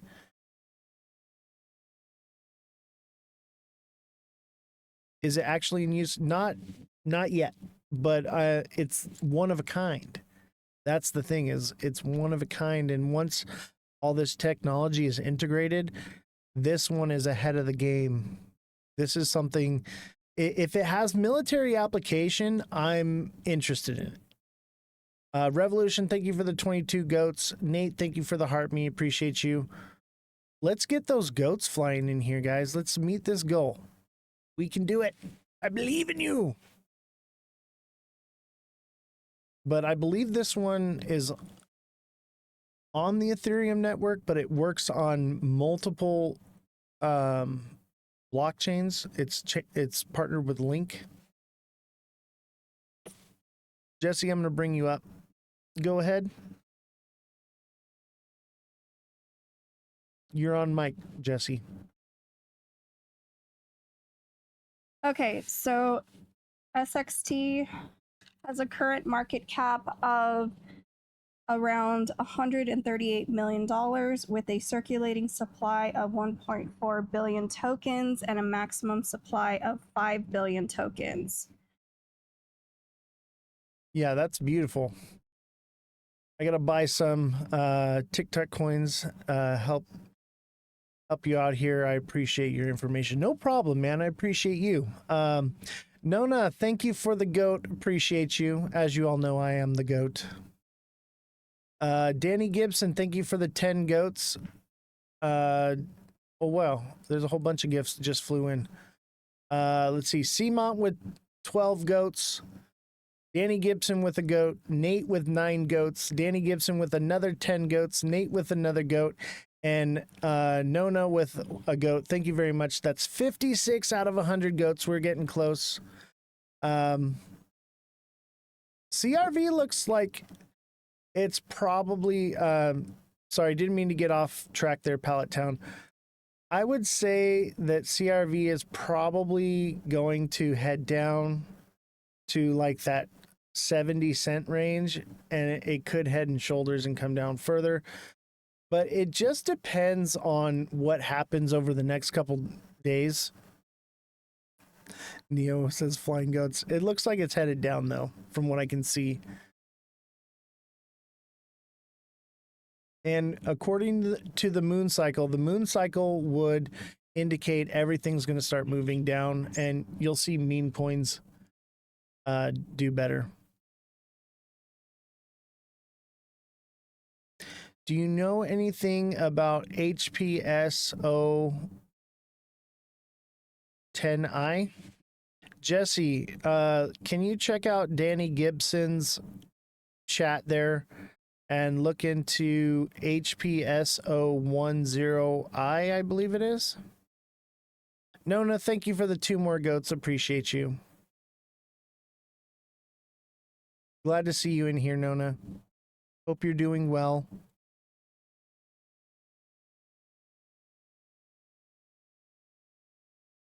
I hope everybody on that end. I don't want to get too much into that story yet. I want to get all the facts together, but I hope everybody is doing well, and because I'm sure the anxiety is at the maximus right now, and I'm hoping to alleviate some anxiety here and get to the bottom of all this. Meme coin. All right, I'm gonna bring you on, Jesse. Go ahead.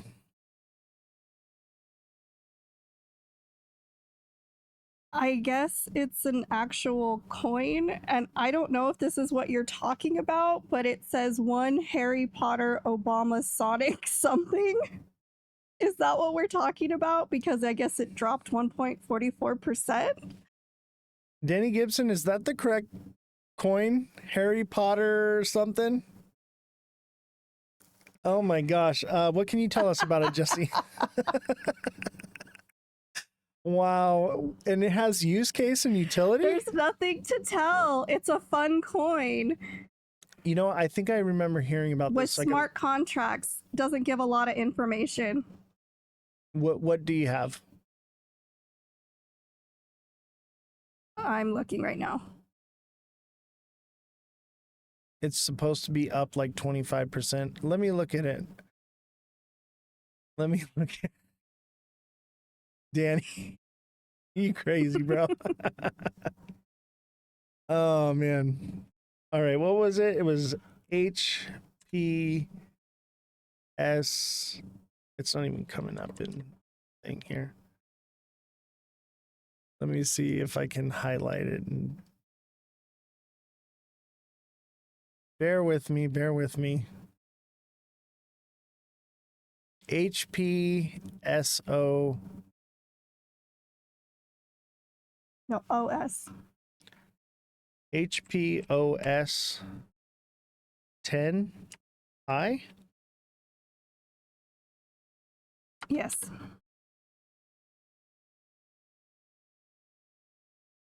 Harry Potter Obama. I can't with these names. Children should not be managing our money. Oh my God. Yeah, Joe, all you got to do is come over to But Twitch. technically it's a meme coin. Joe, all you got to do is come over to Twitch and put that in the chat, and I will do it absolutely for free. But if you don't feel like doing that, all you got to do is become a subscriber. All right, let me see here. Does this chart look correct? It looks like some Harry Potter shit. It looks like a wizard hat.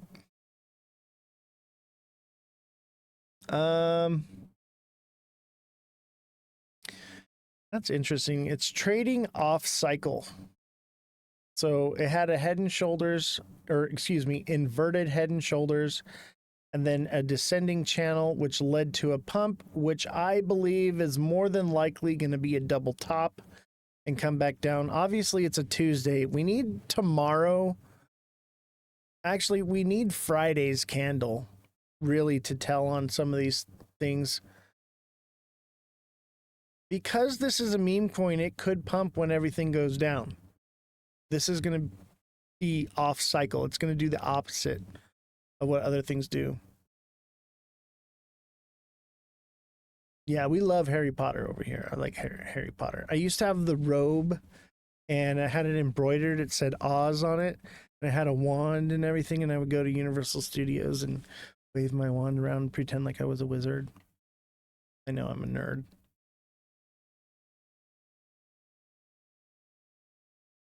This says this can't be the right chart. Hold on, this is not the right chart. Is it? It is the right chart.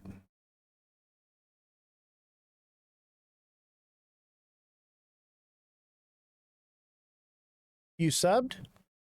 I think you followed. So following is great, but subscribing is different.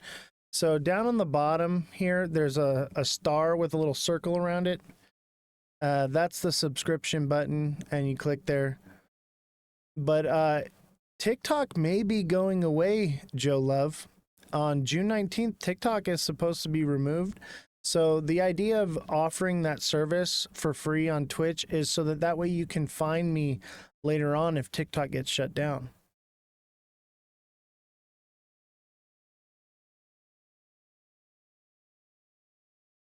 Let's see, Harry Potter is on like 5 chains, maybe 2 or 3. I'm only seeing it on this one.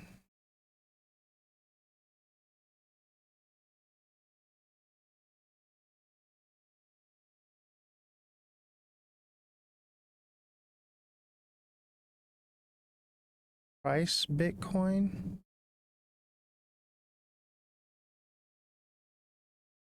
See, this is why I don't do memes, man. I don't really do meme coins. I might just say no more meme coin TA because it's impossible to TA a meme coin.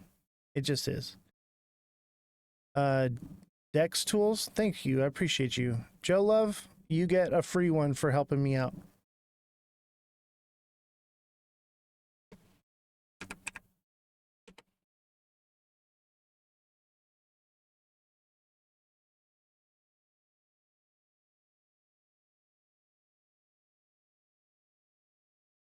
All right, let's look at this Harry Potter one. What was it? HP. Oh, Dex Screener. Oh.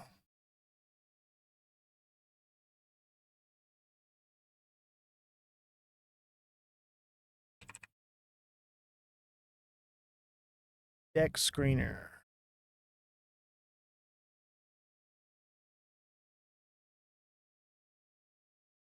All right, let's see here. I gotta learn this one. Tired of learning stuff. Let me see here. Let me pull it up. It's like lost in the chat now. Now I have to find the ticker. All right. HPSO10I.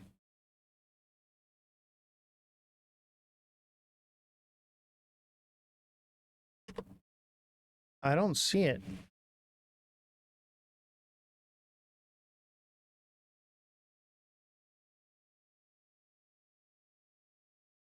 I don't see it on here.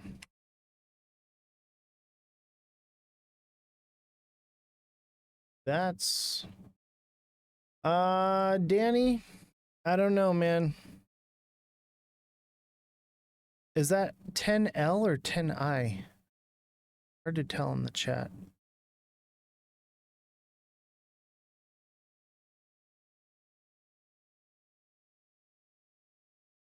Let me tell you right now, Danny, you can't chart meme coins. I mean, you can, but you can't.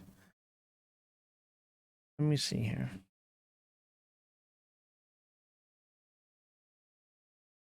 HPOS 10.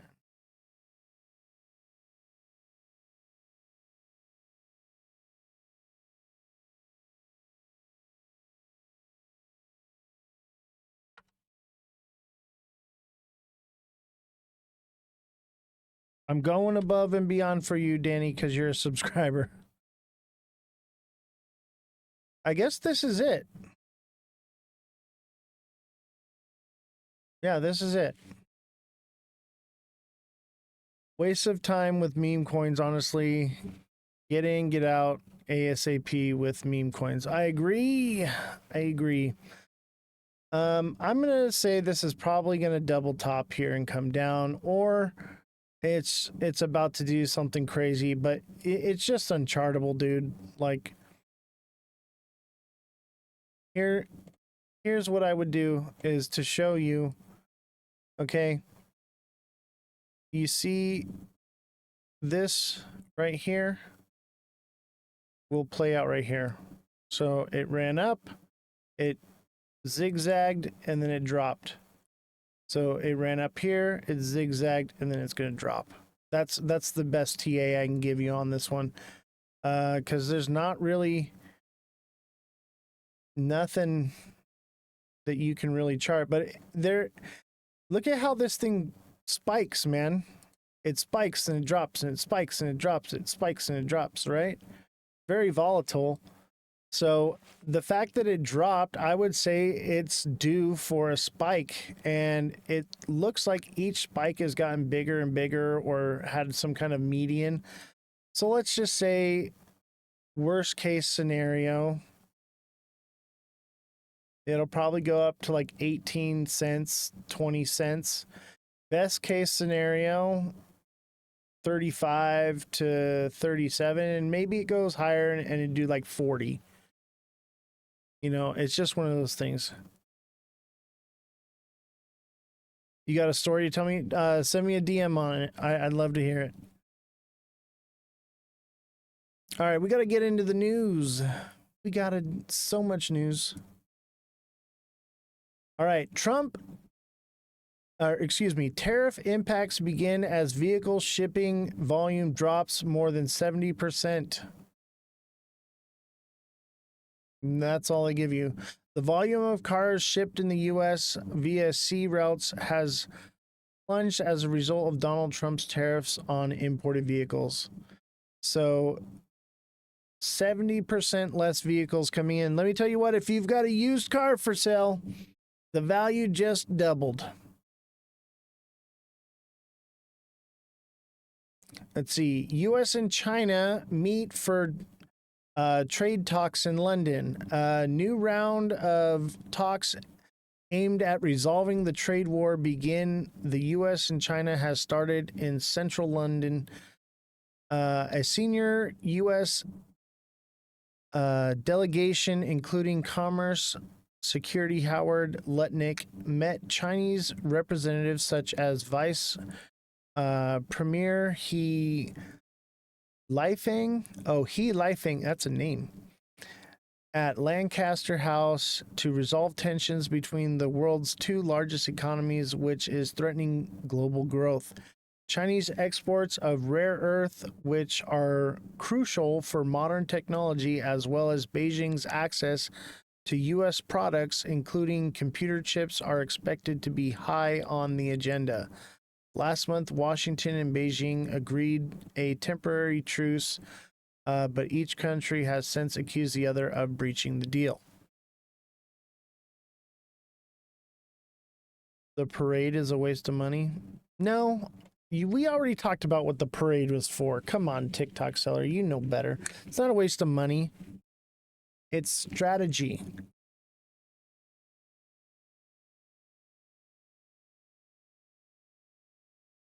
All right. So we had kind of talked about this earlier. Do I think they come to a deal? I don't know. Oh, you put in quotation mark. I see. I see what you did there. Let me tell you about this trade deal thing. This is going to go one of two ways, okay? And let me tell you, here's the issue. Donald Trump wants to bring manufacturing back to the U.S., but right now, everything is manufactured in China, and China does not want to give up that kind of control or power. They're on a fast track to being the world superpower. That's why there's no deal, because they are not going to allow these things to be manufactured here. That's the end goal. That's the end result of these tariffs. That's what they're looking for. So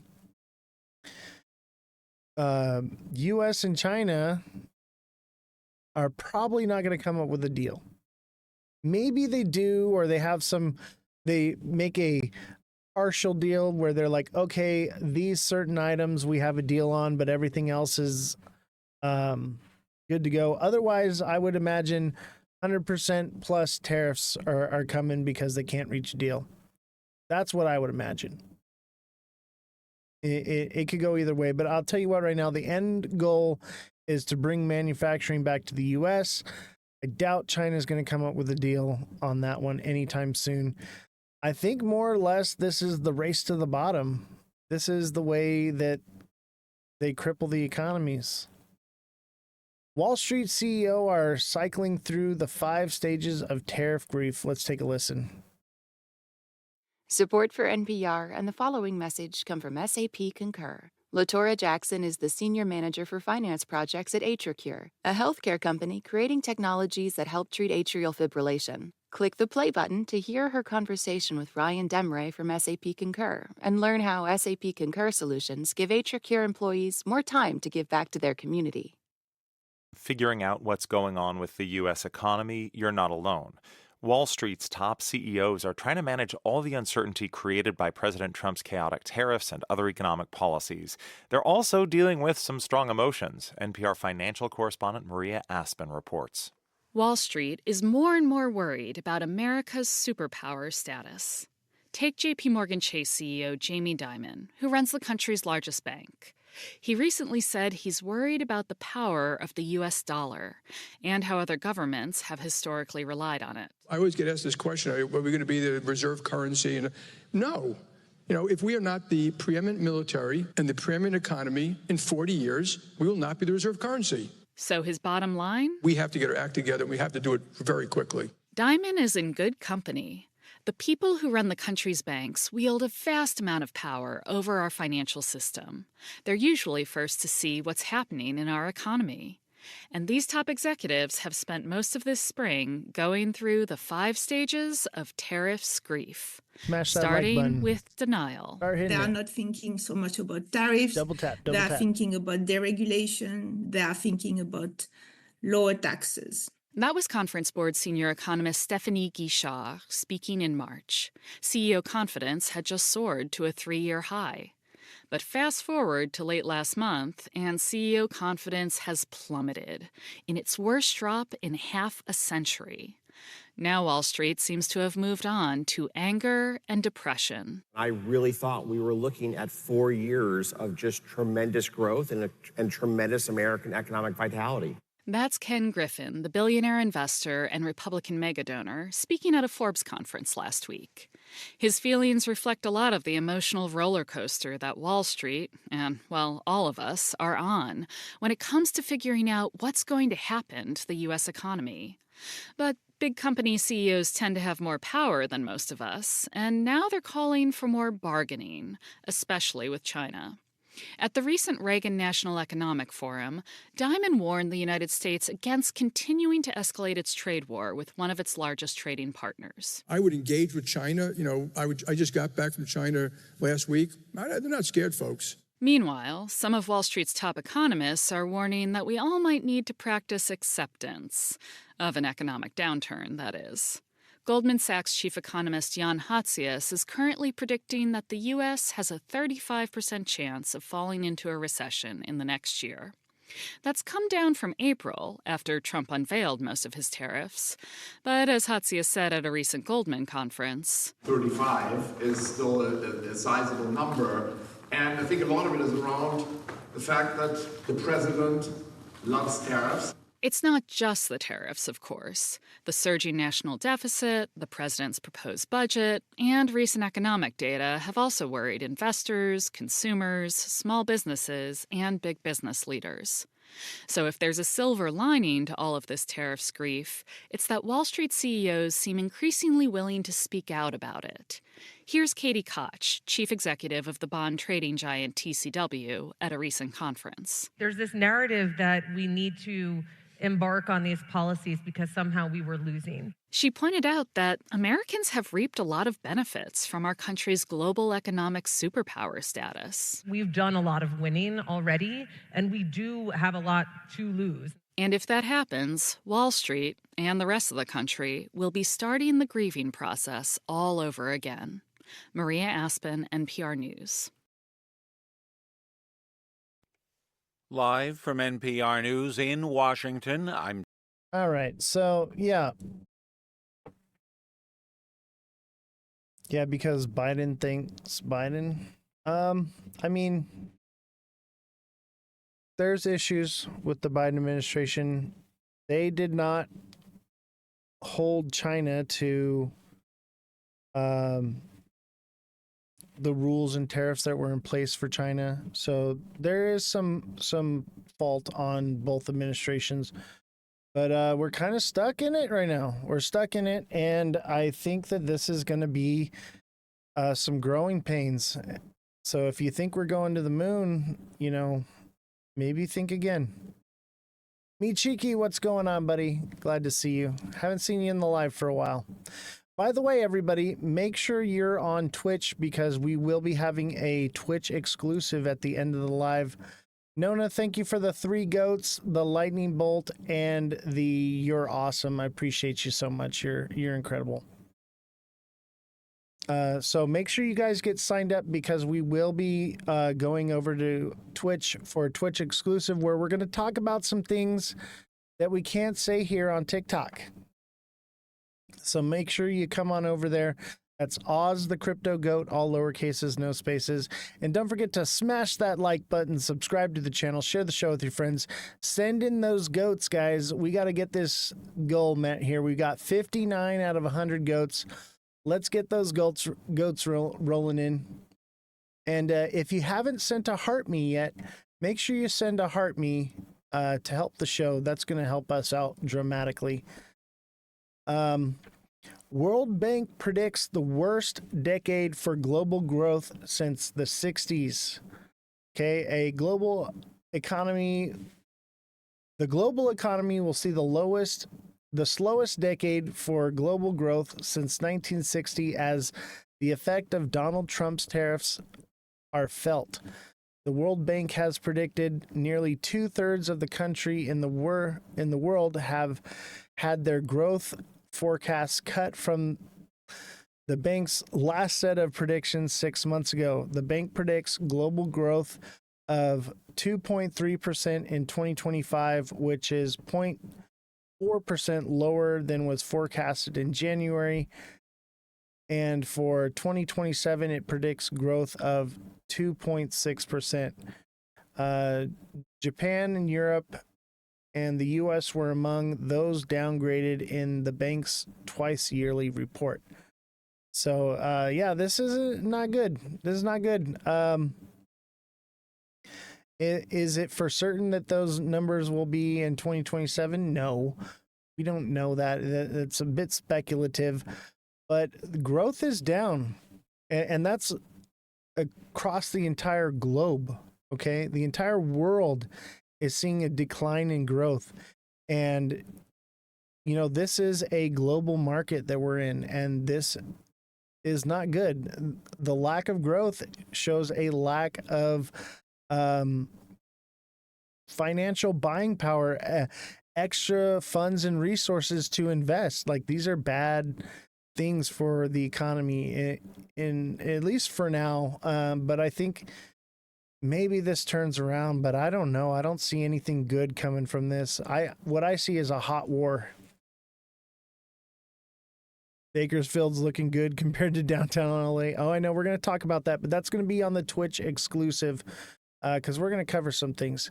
Me Cheeky, thank you for the 2 goats. Skinny Marie, thank you for the 5 roses. Me Cheeky for the 25 goats, and TikTok Seller for the 12 goats. Nona, thank you for the heart. Me appreciate you. Much appreciated. Oh, yeah, I want to hear about the LA stuff. Yeah, we're going to talk about the LA stuff, but we're going to do it on the Twitch exclusive. We're going to cover a few things on there. So make sure you get over onto Twitch. That's Oz the Crypto Goat, all lowercases, no spaces.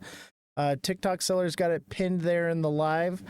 So come on over and join us on Twitch. Yes, we are going to have a Twitch exclusive tonight. So I got to fly through the news here. And then we'll do a little TA at the end. So if you want to get any TA done, you're going to want to come over to Twitch because that's where the magic happens. That's where we get to talk about what we actually want to talk about.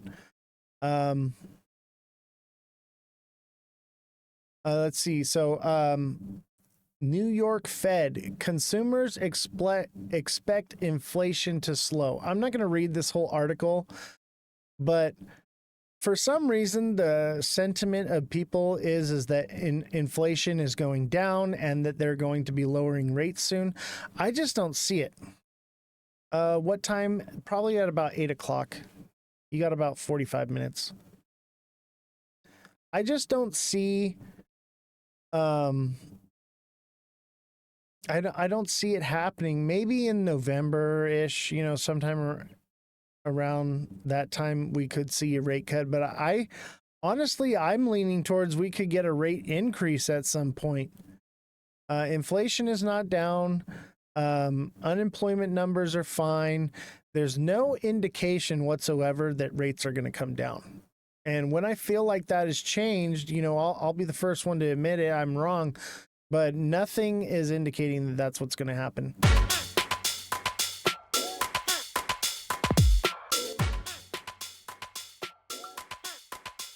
Representatives from the United States and China met for a second day in London to negotiate on tariffs between the two nations.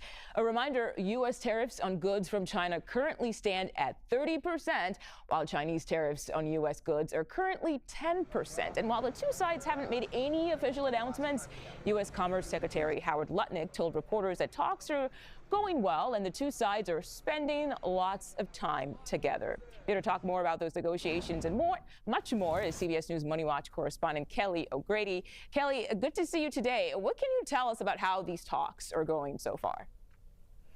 Well, first I can tell you investors are very eager to hear how this all sort of shakes out Cheeky, as our thank you for the businesses two and goats. consumers.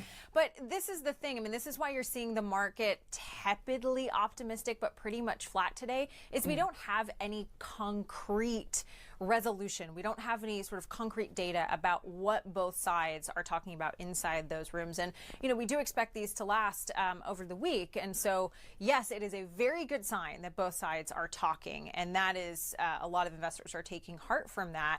But we're getting different reads from both sides in terms of how they're going. The White House, the U.S. seems to be very optimistic, touting that good progress is being made.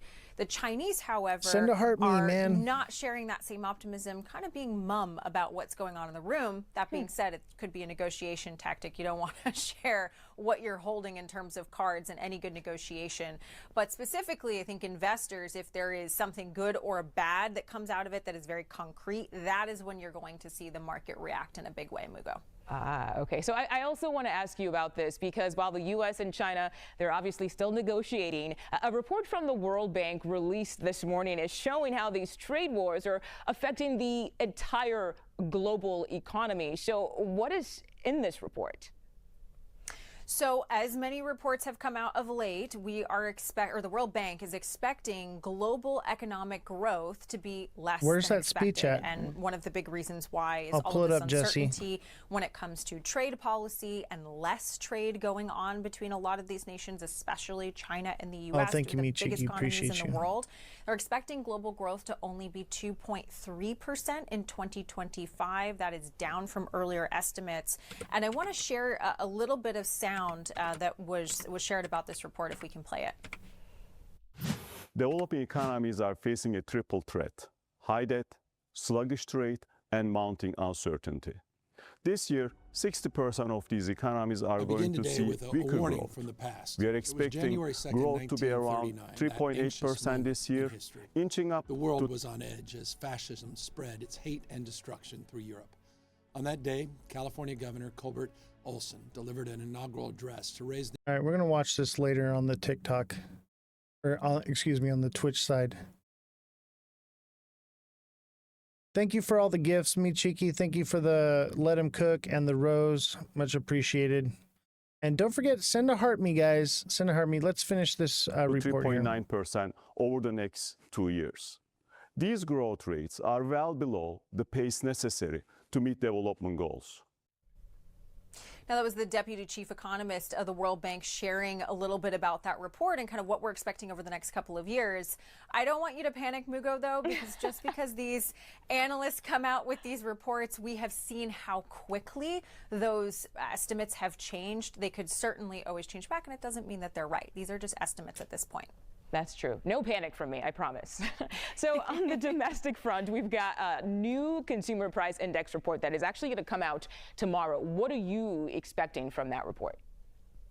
So the consensus is that we are actually going to see an uptick in inflation. In the April CPI report, we saw inflation come in at 2.3%. It's been moving towards the Fed's 2% goal over the last few months. What I tell you guys? The May report, this is still backward looking, right? We're in June, is going to show likely 2.5%, so moving in the opposite direction.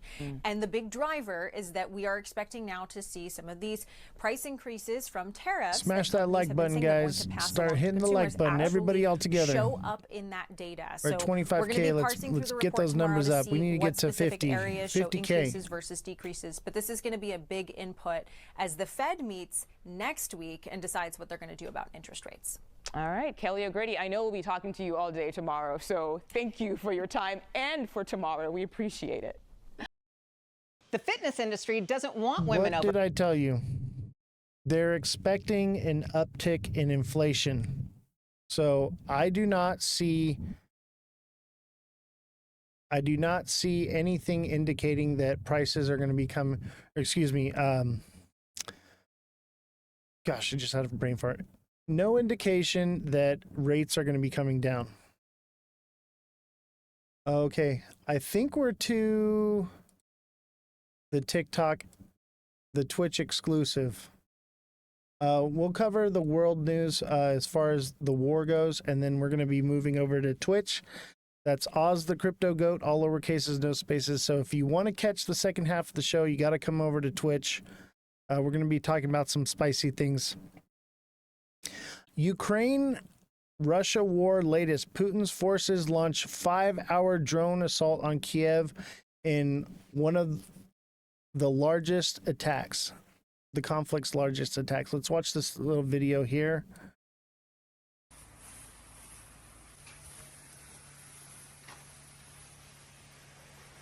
These are people's homes, man. This is crazy. It's not even like military structures. This is people's homes. Don't forget to come over to Twitch, guys. Oz the Crypto Goat, all lowercases, no spaces. Keep smashing that like button. Send in the heart me's.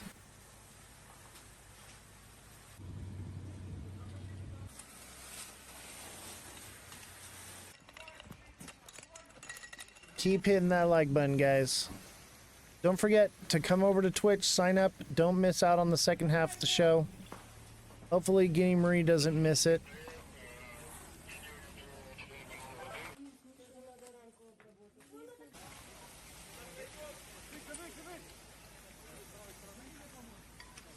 This is a hospital, maternity hospital. That's crazy. Drone striking a maternity hospital. That's as evil as it gets. Justin Kelly, thank you for the heart meme. Much appreciated. Appreciate you guys. You guys are awesome. Let's see here. Let's see if we can do a new goal. Let's do a money gun. Who's got me with a money gun? Somebody gonna send me a money gun? Help me out. Let's see if we can get one of these money guns over here. And let's see here. Russia won't end Ukraine war until NATO pulls out of ballistics, says Moscow. Let's watch this video. Well, let me start with the absolutely horrible and tragic news that we've just heard regarding events in a school in Graz, in Austria.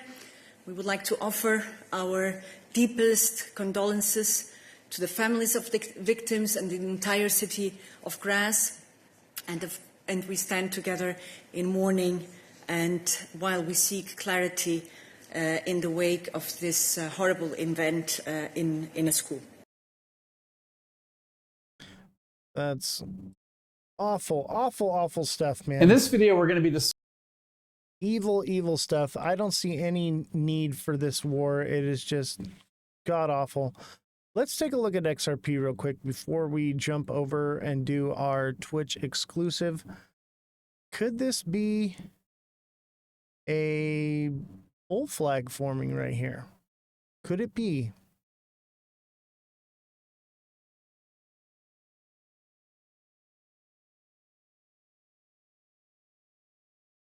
I don't know. I don't know. It could be.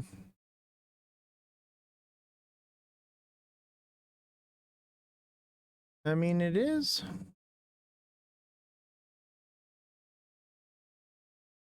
It kind of looks like a bull flag.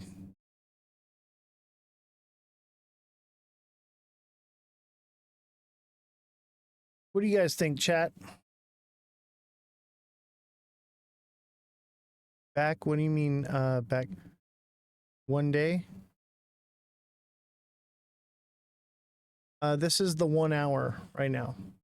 This is in the 1 hour. Revolution. Jesse. What do you mean by back? Everybody put FYP in the chat right now. Everybody put FYP.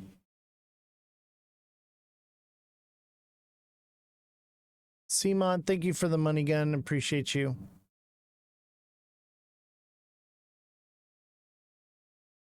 FYP puts the show on the For You page.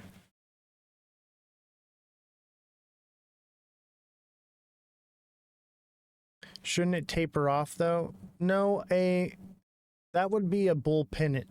A bull flag is like a kind of like a descending channel.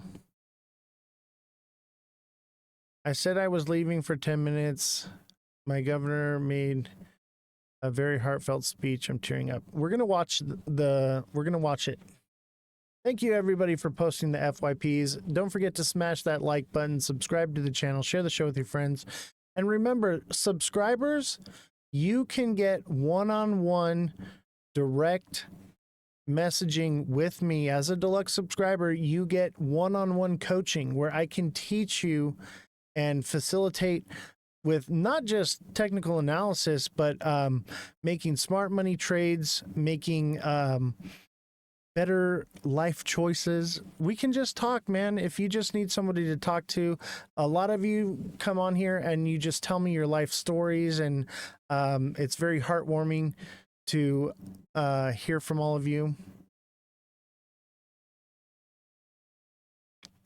Simon, I will do TA at the end of the show. So we'll do XTZ. Yeah, cryptotherapy. It's really more or less FOMO therapy that I'm helping with, but some people just need to talk, get things off their chest, you know. And I'm here for you guys. Life choices, God knows I need those. I know, right? Me Cheeky, we message back and forth. He's always telling me god awful jokes and stuff. He's a great guy. He's one of those ones where he'll ask a little bit of TA questions, but we'll just kind of joke back and forth. It's fun. We always have a good back and forth. I enjoy him when he messages me. Oh wow, we got some gifts flying in here. Darth, thank you for the heart me. Simon, thank you for the money gun. Mr. Zines, thank you for the 50 TikToks. Darth, thank you for the awesome. Mr. Zines, thank you for the 20 more TikToks. And Darth, thank you for the rose. Appreciate you guys. You know, I'm here to be a member of the community here with you guys. My main purpose and goal of all of this is to just to bring good vibes to something that, you know, bring integrity to a den of thieves and bring a sense of compassion to a world that is lacking in that. I just want to do good things. Nona, I see you on the live with the test high and the hang loose. What's going on, Nona? Glad to have you. And we are going to be doing the Twitch exclusive in just a few minutes here. So make sure everybody gets on over there. Revolution, thank you for the GG. Appreciate you. What are you talking about? What do you mean? What am I talking about? Wow, Den of Thieves analogy was lit. I know, right? That's really what it is. I'm just trying to bring something positive to not just a world, but a whole community surrounded around just greed, you know? Orca Wall Street just joined the live. Glad to have you, man. We're moving over to Twitch for a Twitch exclusive where we talk about things that we cannot say here on TikTok. We already got people joining in on the Twitch. The TikTok is usually popping, and then when we move over to Twitch exclusively, it starts to pop there. But that's going to be Oz the Crypto Goat, all lower cases, no spaces. I mean, I would say somewhat political, but we're also going to be doing technical analysis and things like that. It's not so much political, but we're going to be covering some news and talking about some subjects that TikTok just doesn't want to hear. But we are neutral as far as politics go on this show. We do not take a political stance. We are a news media outlet. We just report on things that are going on and what we see. We have three journalists. We have a right wing, a left wing, and a centrist journalist because we are trying to break through and get the truth and not be caught in an echo chamber. And we also have our IT guy. Nona, thank you for subscribing. Appreciate you. We also have our fact checker and our IT support, and we're investigative journalists. That's our main focus here. But I also am really good at reading the charts, so that's kind of my way to hook you in, I guess. But those who take advantage of my TA and my coaching are just doing exponentially well. When the markets are going down, we're cheering, and when the markets are going up, we're cheering. Everybody here is always excited no matter which direction the market moves, because I'm nailing the price points and the price action in the markets to fractions of a cent every single day. Every single day. It's kind of incredible. I don't know how I do it. I don't even use indicators. I use trend lines, and I use my brain and the candles. You know, the candles tell me everything I need to know. But I did learn something from Mr. Zines. I learned that basically what I'm doing is trading off of Fibonacci. But I don't need to use a Fibonacci retracement tool because my brain does it for me. Mr. Zines apologizes to TikTok seller. TikTok seller, Mr. Zine says he's sorry. He's sorry. He had a few too many. Acting a fool, thought he was Pablo Escobar. Maybe I am Fibonacci. Maybe I am. Maybe I'm just a massive whale and I just tell you what I'm going to do before I do it, and I'm controlling the markets. Maybe I work for Ripple. Simont says, the goat knows crypto. Thanks, man. I appreciate that. All right, everybody, come on over to Twitch. Good to see you, TikTok seller. Everybody come over to Twitch. We're going to end the live on TikTok. If you want to send a gift on TikTok, now's your last chance. Much appreciated for any gifts. But the best way to give is to come over to Twitch and put it into the donations, because those go directly to the show, and those are what helps pay for the staff here.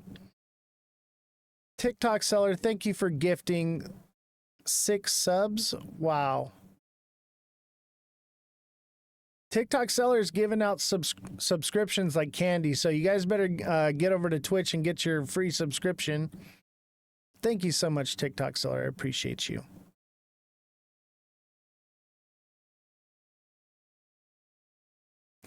All right, guys. That's it for TikTok. I will see you on Twitch, and we're going to go over some stuff that we cannot talk about on TikTok. A little bit more spicy, a little less family friendly, a little more, I wouldn't say opinionated. It's still very factual. But, you know, I express more of my opinions there. Harley Dan's in the building. Glad to have you on Twitch. Unlock a random emote. Nice.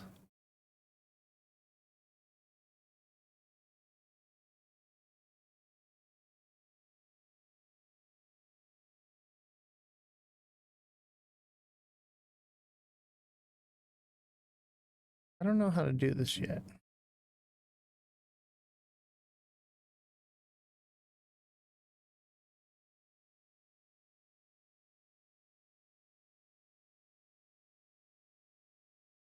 I don't know what I did.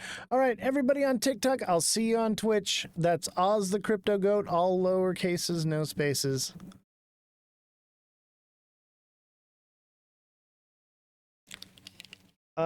TikTok seller, why did you block Mr. Zines? He was apologetic, man. Can we unblock him? He's trying. Let's give him a break.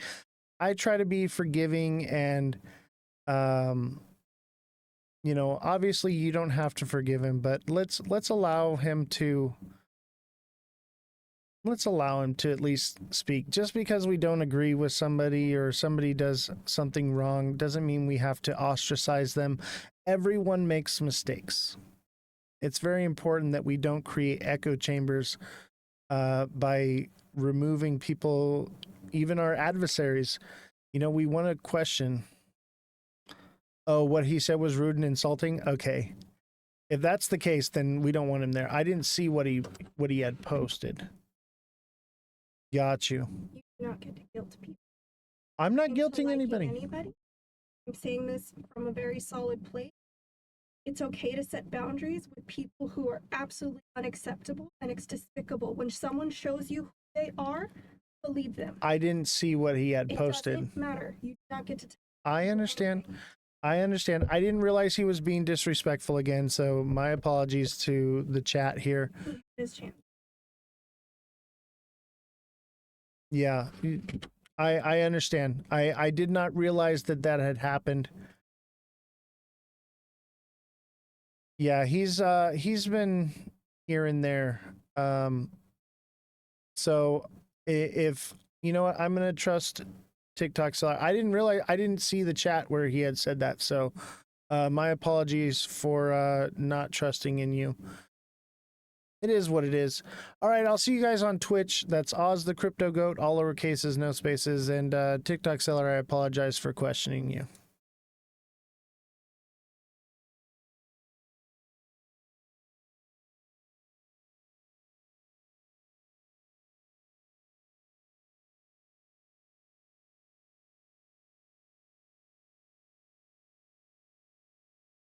Guinea Marie says, good for you. Stand up for yourself. I'd like it. I dig it. Let's see here. I gotta change things around a little bit.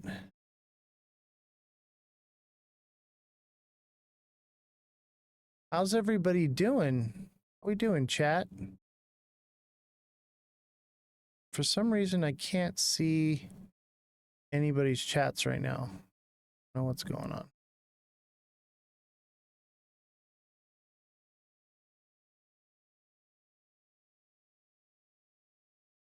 There it is. All right, here we are. Okay, now I can see everybody's chats. Now I need to go through and see what everybody said.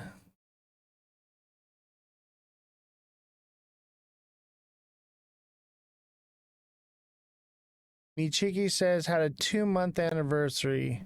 Michiki subscribed for 2 months. Thank you very much, Michiki. What are they about? My exes says I make more than most, right? Sorry, I missed all these chats. Yeah, everybody who's watching the show and subscribing is just doing well. Everybody else is like, crying and having bad days in the market, and we're fine. We're good.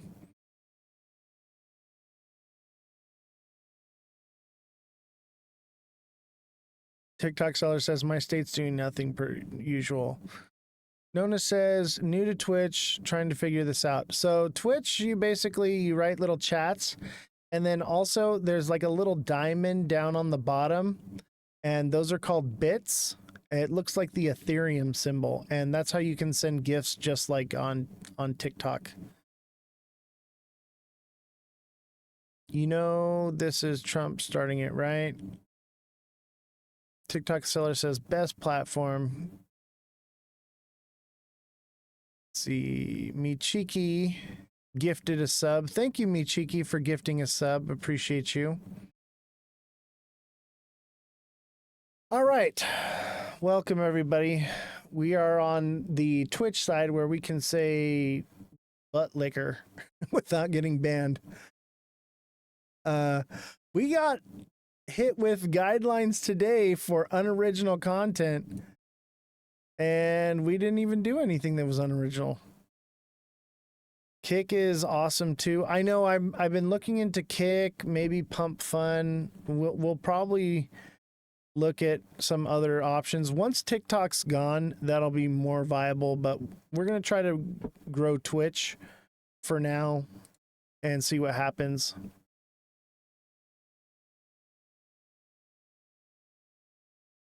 And I do want to apologize for the Mr. Zines thing. I tried to give him another chance. I didn't know that he wrote anything. I didn't get a chance to see it.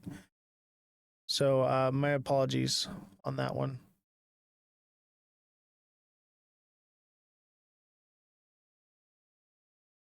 So, and don't forget, if you want to help the show, there's a link that pops up every once in a while, and that is you can send donations directly to the show. By the way, everybody that's here on Twitch, I have an extra ticket to Rare Evo. If anyone's interested in attending that event with me, reach out to me and we'll figure it out. You can partner with Kick depending on your subs for live. Interesting. I'm partnered here with Twitch already. And so we're doing all right. I think we're up to 81 subscribers on Twitch. It's just viewership's low today. It's just a slow day. But I would say 81 subscribers is a decent little spot to be in. He was being sexist in your live, and that's when you cut him off. Yeah, I'm sorry, man. Kick is good for money, I heard. Interesting. We'll look into it. I've been hearing a lot of things about Kick. I've actually a lot of creators have been turning me on to it, so we'll have the IT guy look into it. My main concern is having everybody spread out and having a bunch of different chats that I have to monitor. It becomes very difficult to monitor multiple chats. Doing TikTok and Twitch at the same time is already a bit of a juggle. So adding more is going to be hard. And then we're going to be doing YouTube possibly. I kind of don't want to go live on YouTube. I just want to post things there, because then I got to monitor super chats, and people aren't going to even chat there because it costs money to chat, but it's free to subscribe. It's just all these different platforms. It just creates too much. The idea is to centrally locate everyone into one place. So as you can see, there's a link that just popped up in the chat right there. That is the link. You can click on that and you can send donations. We are going to be doing a lot more coverage on the ground, and I'm hoping to raise enough money to be able to afford this Vegas trip for the rare Evo. We do have an extra ticket. If nobody like claims it or wants it, it'd be a shame. They're really expensive, and I was told that they will probably be upgraded to VIP because I have it's technically general admission, but I was asked to come there as the news media press. There was a huge streamer named Asmon Gold who made the same amount of money on his first 3 days on Kick as the last month on Twitch. Interesting. My main thing is, like, I want to make money. Obviously, we spend way more money than we make here, but I want to grow viewership. I want to help more people. I want to have more views. That's my main purpose of this whole thing. Anyway, let's get into what we're talking about. So we're going to talk about the riots, summer protests in LA. I would lean more towards these are provoked riots than protests that gone awry. I think what they do is they have tactics that they implement that make it so that people can't protest. You know, this is a way of shutting it down. Is they have bad actors that they know are going to be there, go and disrupt things, and then they use that to their advantage to deem it an unlawful assembly, and then it's done. And let's listen to this guy, hear what he has to say. You think you're watching a crisis, but you're watching them execute a blueprint. The protests, the economic collapse, the instability, none of it is accidental. None of it is unpredictable. The economy's in free fall. Cities are erupting. Markets are breaking. People are protesting in the streets, and still, behind the curtain, they're calm. Because this isn't chaos to them. It's a controlled burn. The Constitution, a relic, public systems, obsolete, democracy, a formality. The new systems don't need a middle class. The new markets don't need freedom. The corporate class doesn't need voters. It needs obedience, it needs order, and it needs a new structure to guarantee both. The nostalgic America we once romanticized is over. This isn't collapse. This is extraction. They're not letting America fall. They're bringing it down, deliberately, strategically, on schedule. America has served its purpose. It built the capital. It trained the workers. It fed the machine. You think you're watching a crisis, but you're watching them execute. So, Harley Dan says, yes, I think they're being paid to stir things up. Paid or coerced, or who knows what they're getting out of it, but they're obviously doing it on purpose. They did the same thing in January 6th. I think it's also just bifurcation. You're getting people from the left stirring up things at the right's rallies, and you're getting the right stirring up things at the left's rallies. And I wouldn't be surprised if you saw, MAGA people dressing up like Antifa and causing problems to make them look bad, and Antifa people dressing up as MAGA people to go to their rallies and stir up problems. It may not even be people that are paid. They're just radicalized, and it's an issue.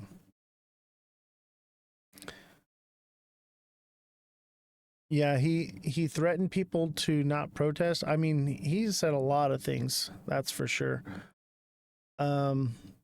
Let's watch some more. Trump may have just essentially declared martial law without declaring martial law. He just issued this executive order that goes several steps further than the one deploying the National Guard to LA specifically. This executive order essentially grants the Secretary of Defense the ability to use the military against American citizens. Basically provides no limit to the number of federal service members and units of the National Guard that could be used to temporarily protect ICE and other United States government personnel who are performing federal functions, including the enforcement of federal law and to protect federal property, locations for protests, etc. Essentially, this is an incredibly general order. There is no limit to the number of troops. There is no specified or limit to location, and the purposes given are so broad they include the enforcement of federal law. This is basically, essentially, using the Insurrection Act without naming the Insurrection Act. This is essentially martial law. If the Secretary of Defense, Pete Hegseth, decides that he wants to use the military to enforce the law now, this executive order has granted him the ability to do so.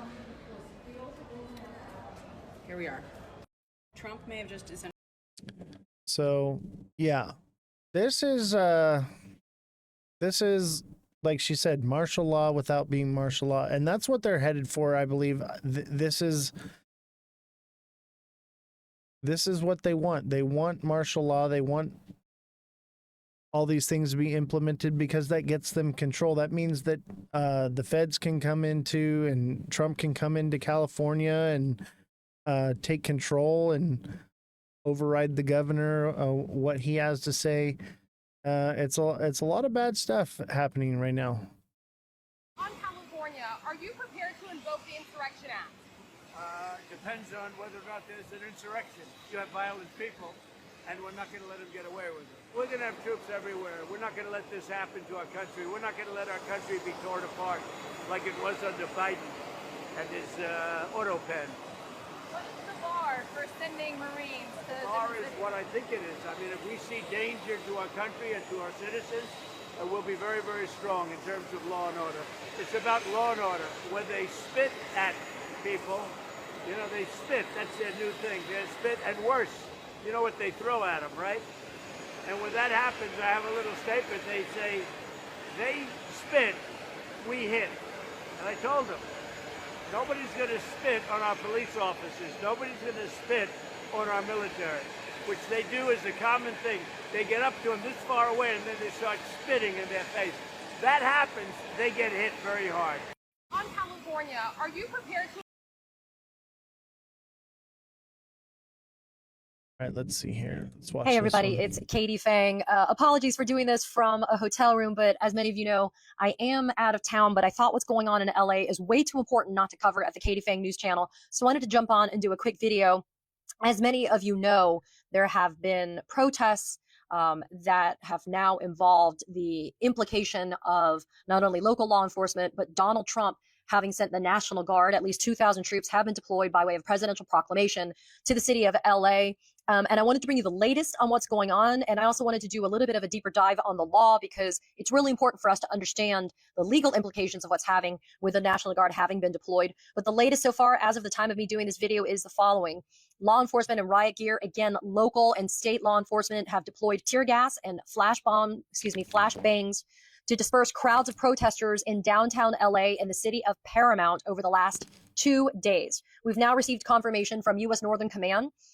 Members of the California 79th Infantry Brigade Combat Team are now on the ground in LA. So what does that mean? That means boots on the ground from the National Guard has been confirmed by U.S. Northern Command. Last night, as in Saturday night, convicted felon Donald Trump signing a presidential memorandum deploying those 2,000 members of the National Guard to LA in response to the protests that have been occurring because of the insane immigration raids that have been ensuing over the last few days that have resulted in the detention of several people. And separately, California Governor Gavin Newsom has confirmed in a statement that 300 National Guardsmen were deployed between, 2 to 4 a.m. Sunday, that's Pacific time, at 3 sites in and around LA. So again, that's the latest in terms of what has happened here in terms of response from politicians. I just mentioned that Gavin Newsom has confirmed the presence of the National Guard. Gavin Newsom also saying that the deployment of troops, because guess what, folks? It's not just the National Guard. The Secretary of Defense, Pete Hegseth, has now said that he will deploy active duty United States Marines on American soil.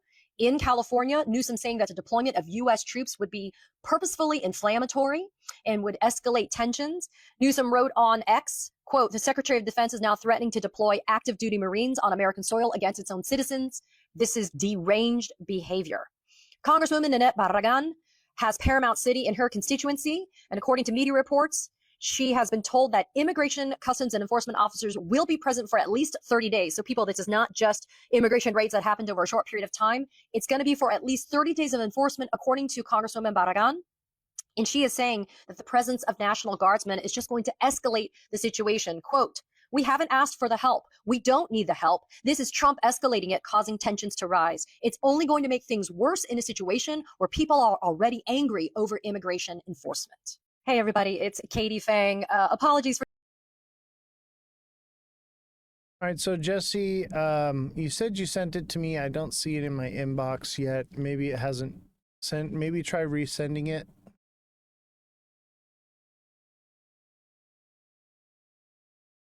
No food, no water, no place to lay their head. Which email?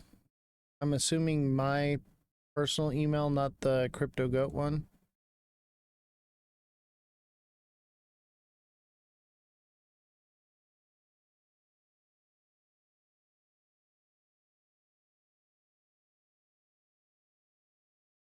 I have not received it. Try resending it.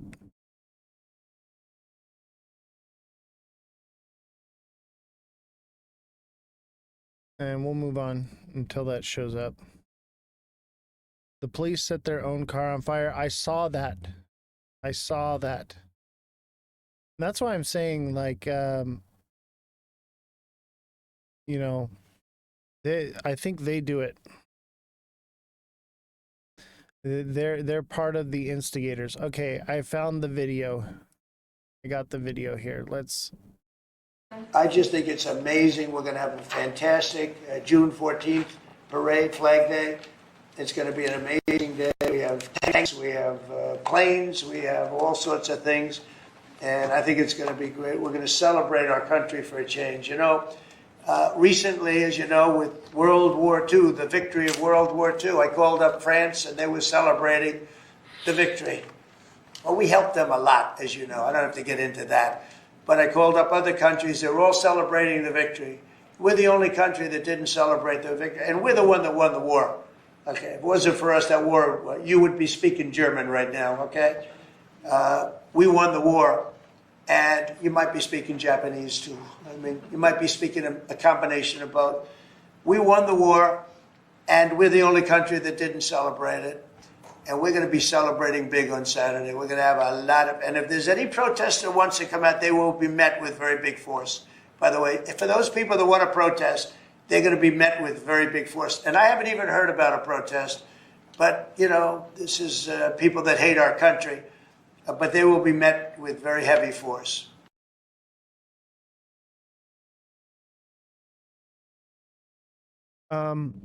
Nona, I don't know if you can hear me or not, because it says that you're muted. But if you're lurking, which is basically just watching without listening, make sure you have your volume set to volume 1. Jesse, if you could put that in the chat for Nona to let her know. Oh, you can hear me? For some reason, it says you're watching without audio. Interesting.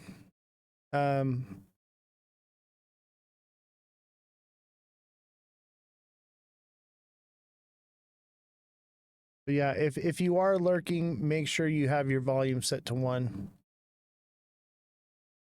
Oh, it's your badge. Got you. And as you all know, we are a non-biased media here. Okay, so we need to look at the coin from both sides, and so we need to understand what the other side is saying and thinking too. And I believe that there is some validity in what this young man has to say. This is not a domestic riot.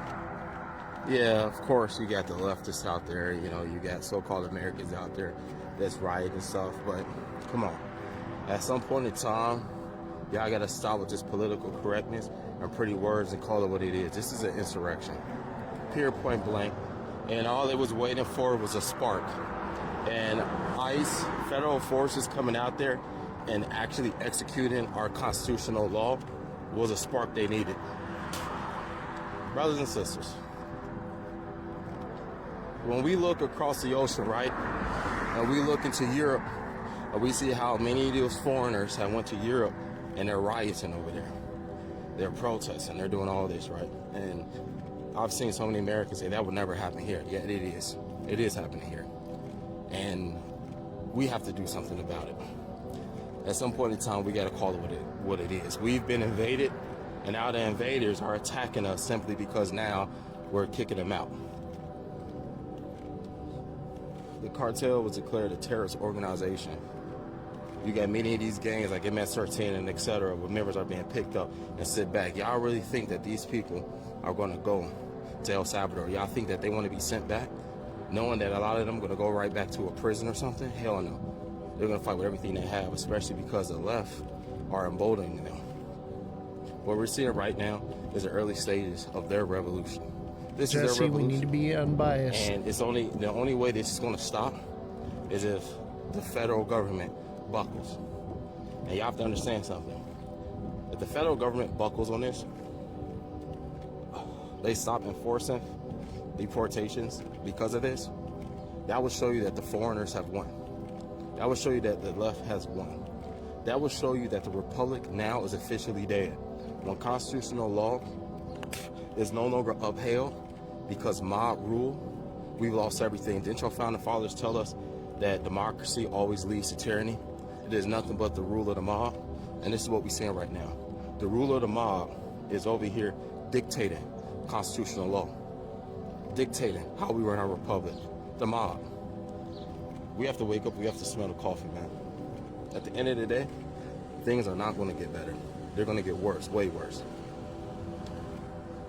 I won't be surprised if you start seeing terror attacks caused by many of these gangs and these cartel groups to pretty much lash out at the administration and to lash out at Americans who want them gone.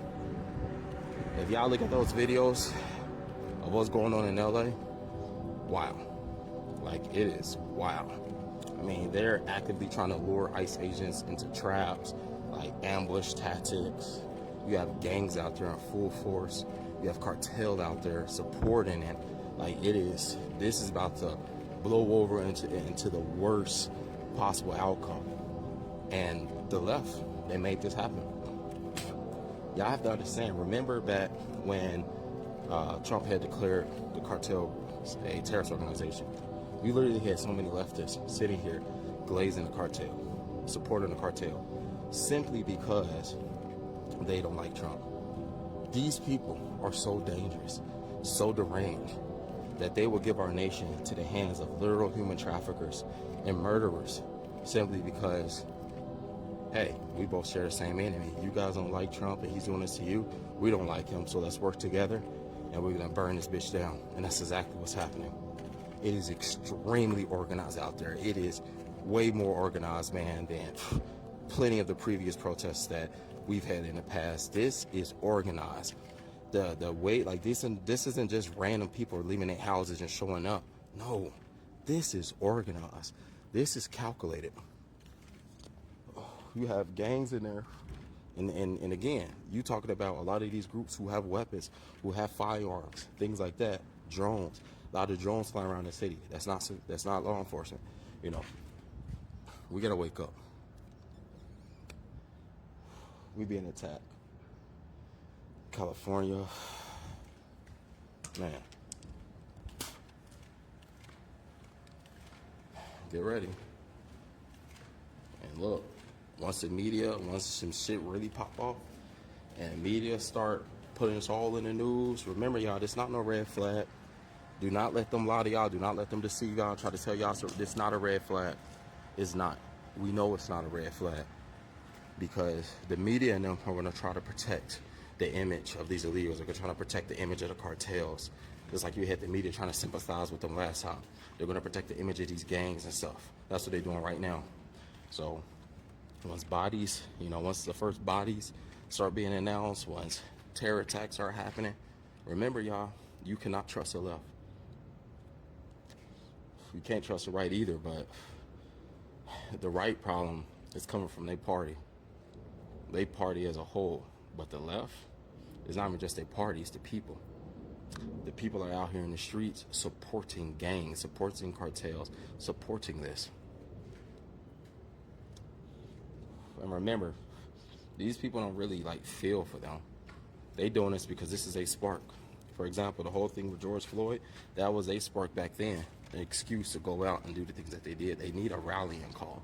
This is a rallying call. If you look at a lot of the stuff that they put on the internet, they are literally talking like this is their revolution. While many of you patriots sat on their sidelines talking about what you're going to do against the tyrants, the left has actually been dropping their nuts and doing the very things that a lot of patriots claim that they would do in the face of tyranny. I'm not saying the left is fighting against tyrants, but what I'm saying is the left is actually dropping their nuts and starting a revolution.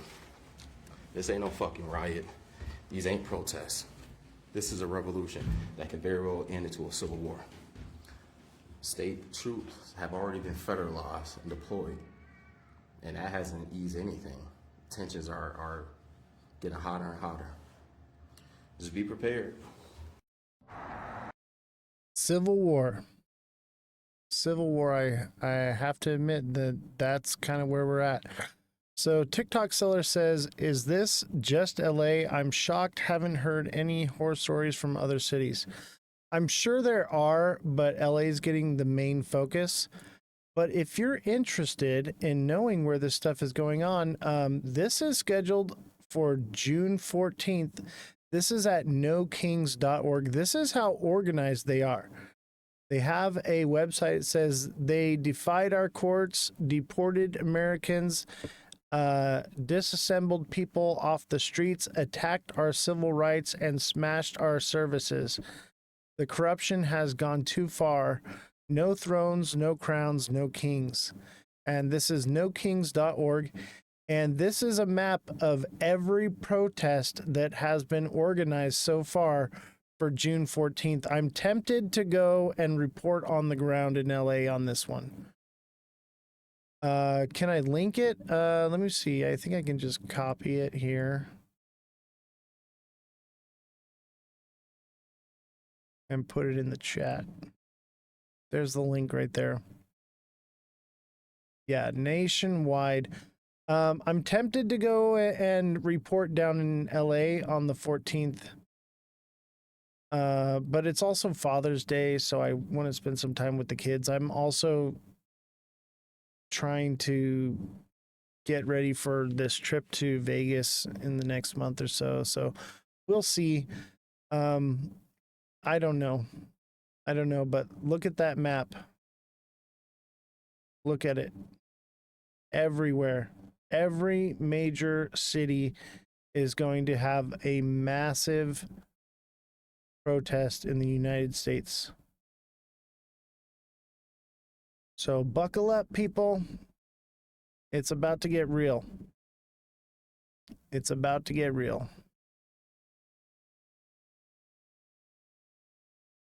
Let's see here. Let's read what chat has to say.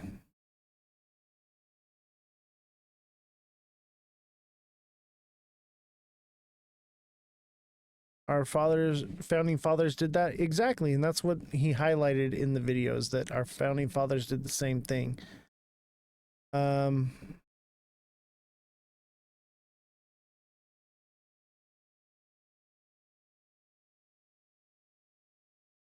Well, I think both. Guinea Marie says that's not true. They're putting ICE into traps, and the left didn't do this. I don't agree. I think it's all planned and orchestrated, and both sides are doing unspeakable things. But this is all part of it. But yeah, they want to keep us under control, to keep us in the matrix. These people that say the innocent children and families are the immigrants, not gangs. That's what I'm saying. I thought that they were going to be going after criminals and stuff, and now they're just like going after people trying to get a job at Home Depot. That's not what I thought was going to happen, and this is out of control. Yeah, there's no excuse to hurt innocent people, but you know, I would say this is a war. Look what we saw with Russia, you know, innocent people's homes being bombed. This is a war.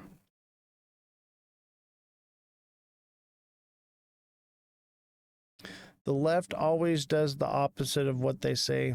I agree with that. I think the right does the same thing too, though. They play games. They play games. They post videos where they only show the end result. They don't show you what led up to it. It's all propaganda. It's all stuff that they try to manipulate people into doing certain things.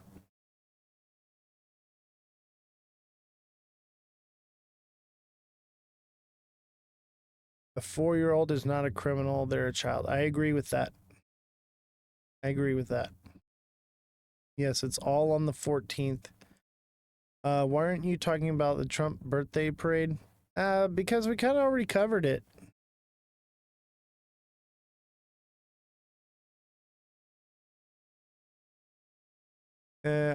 Jesse, can you find something on the Trump birthday parade?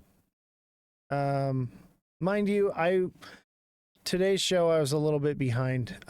We ended up streaming like 1 or 2 minutes late. Like, I had a bunch of things I was trying to get done. So, sometimes I have to cover things the next day.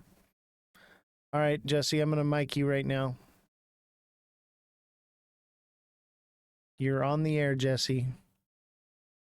Okay, so I just want to say this because I've seen a lot of the things that other people have seen, but what I've noticed having people that are far right from me, having this studio and seeing different perspectives, the right is being shown absolute chaos. They're not being shown the peaceful protests. They're not being shown any of those things. I agree. And the left, we're not seeing any of the chaos, and it's not a lot. It was a few incidences, but we're not seeing that. We have been pitted against each other for the past 8 years. Do I agree with the administration is doing? 100% not. But I don't think it would have mattered who we voted for. This would have happened anyways. You keep the people fighting against each other. You keep the people focused on the immigrant is why your life sucks. When the immigrants are gone, who's next? Because there will be somebody next. The government wants you to focus on the people. They're the problem and not the government. And I see all these different ideas and all of that in the chat. And I believe that all of it's correct because they literally did everything they could for us to hate each other. The actions of both sides have led to us hating each other. And the only thing we should be hating is the government. They all need to go. They've done this. The whole point was to destroy democracy and liberty because they don't want you to believe that's obtainable if the other side exists. When it is, it's just not obtainable if the government, being the way it is right now, continues to exist. And that's the whole purpose of this show, is to see both sides of the coin. Nowhere else on the internet, period, are you going to see what both sides are seeing. And that's why we have the journalists that we have that are separated in their own echo chambers in order to get this information all in one place so that everyone can see both sides of the coin. That's the whole purpose of this show. We're not here to be based or to take a different side. What we're here to do is present both sides of the coin. Where you fall on whichever side, that's up to you to decide. But we have to listen to everything but believe nothing. And if we just get caught in an echo chamber and just keep hearing what we want to hear, we're never going to grow and understand the truth or find the truth. I want you to take the side of the people. I have no side. Okay, I do have my own personal side, but on this show, I do not take any side. That's not the purpose of this side or of this show. The purpose of this show is to get the information out there. That's the whole purpose of this. It's to give everyone a glimpse into the fact that we're being pitted against each other, just like Jesse said, and the fact that they're using the media against us. And the whole point of this media is to sever the veil and to allow you to see through it.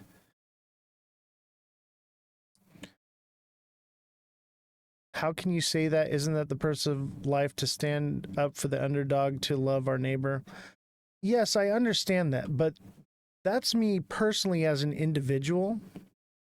But as a show, as a news media outlet, we gain our validity. People reach out to us. Nona, for instance, Nona, I believe you're the moderator for Dead Daddy, if I'm correct. If that's who you are. Nona was on the show. My purpose there is not to take a side, not to do anything but present the facts. And I, as a person, as an individual, I have my side that I stand on and what I believe in. But this show is not intended to take a side. It is intended to give the information and allow you, the viewer, to see the information from both sides so that you can not be caught in an echo chamber and you can choose the right side. That's the whole purpose of this. I'm not here to play into anything. The whole purpose. Thank you, Nona. I'm unbiased. I will not take a political stance on this show. I will never not look at both sides. I will never not present facts if they don't fit my narrative. That is not the purpose of this show. The purpose of this show is to break echo chambers. I'm going to mic Jesse right now. Go ahead, Jesse. You're on. Okay, so my thing is I understand the upset. It's not that we're not for the people. If we were not for the people, we wouldn't be sharing the information. This information isn't for anybody else but you guys. We need you to see all of it. Because part of being in the human race is understanding. You don't have to agree. I definitely don't agree with a lot of things, but that is my bias. And I understand that, oh, it's a bias, but then there's people. But right now, everybody's being fed misinformation. And yes, I've seen the videos and they break my heart. Mine too. They crumble it. And it's because I'm able to see that information, and we need to be able to see all the information. You don't have to like it and you don't have to agree with it, but you need to know what else is going on out there because you have no response for the unknown. And unfortunately, at the end of the day, we all have to cohabitate this planet together. And I think it's important that we do stick together. This show is for the people. Agreed. We have to remain neutral, unbiased, and present the information as it comes in. And that's it. As a human being, I do take my side where I stand. And it doesn't matter who I voted for. That doesn't mean that that's where my allegiance lie. And people should be allowed to wake up and say, hey, you know what? I was lied to, and now I'm changing and I'm growing as a human being. Have a good night, Harley Dan. And look at, so this is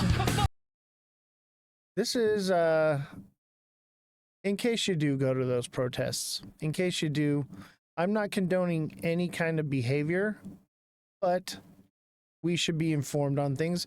This is how to neutralize tear gas containers. So you're going to need a cap with a hole to relieve the pressure from the bottle, water, and a generous serving of baking soda, dish soap, and cooking oil.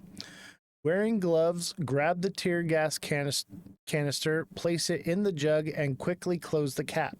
Shake the jug and squeeze it occasionally to relieve pressure until the canister is extinguished.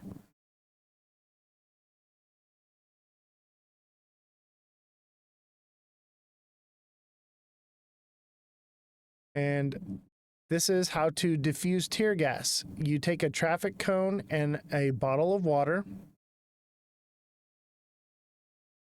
and clear the area near the canister, a fellow protester, and make sure the wind is blowing the tear gas away from you. Place the cone over the canister. Try to place it where the gas is blowing away from you. Canisters are dangerously hot. Handle with heat-proof gloves. Once the cone is over the canister, pour water aggressively into the cone. Canisters need a few bottles and coordination to diffuse quickly.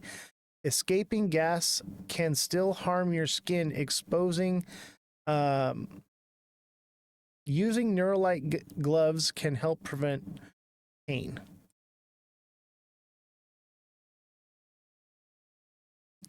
Link up to make a blockade.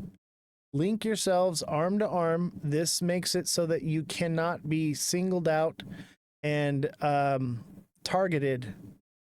This is how the police do. They huddle up together. They don't allow their numbers to be spread thin. So you want to link together. If you are detained, you're going to drop your weight as if you're being dragged. Become dead weight. This will allow them to spend most of their time with you. Sometimes it'll bring 2 or 3 people along to deal with one person, and this breaks up their ranks.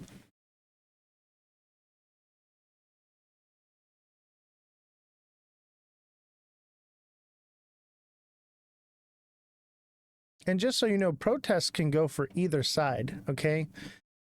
Wherever protests you are, you should understand these things, because, you know, if martial law does come into play and regular human beings, regular people like you and me get drug into something, it's good for us to have this information. Protesting safely, what to wear. Nondescript, solid color, layered clothing, cover identifying tattoos. Goggles and a mask, emergency contacts written down on your arm. Heat resistance gloves tie up your hair. What to bring? Water for drinking and tear gas, or a spray bottle. Snacks, cash change and an ID, a washcloth, earplugs, protest signs, and bandages, first aid supplies. What not to bring? Cell phones without first turning off face and touch ID, going on airplane mode, and disabling data. Do not wear jewelry. Anything you don't want to be arrested with. Drugs, guns, knives, and don't wear contact lenses. ICE is immigration in the United States. These are DIY shields. You could use a sled, you can use trash can lids, you can use anything, and these can be used as shields.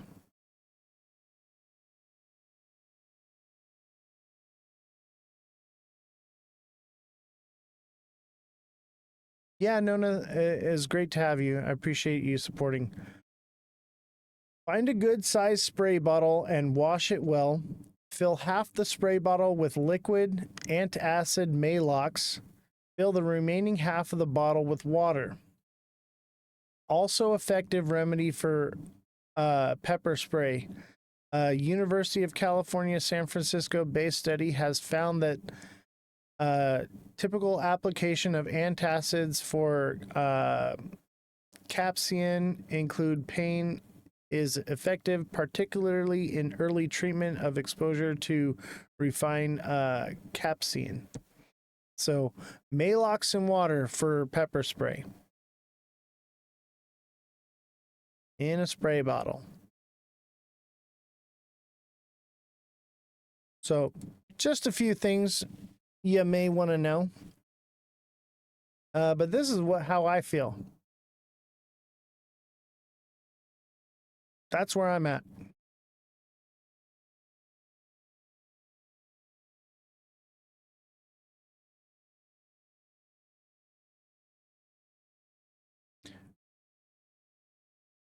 We need to really like this raw format. I've got it. Oh, okay. I saw that.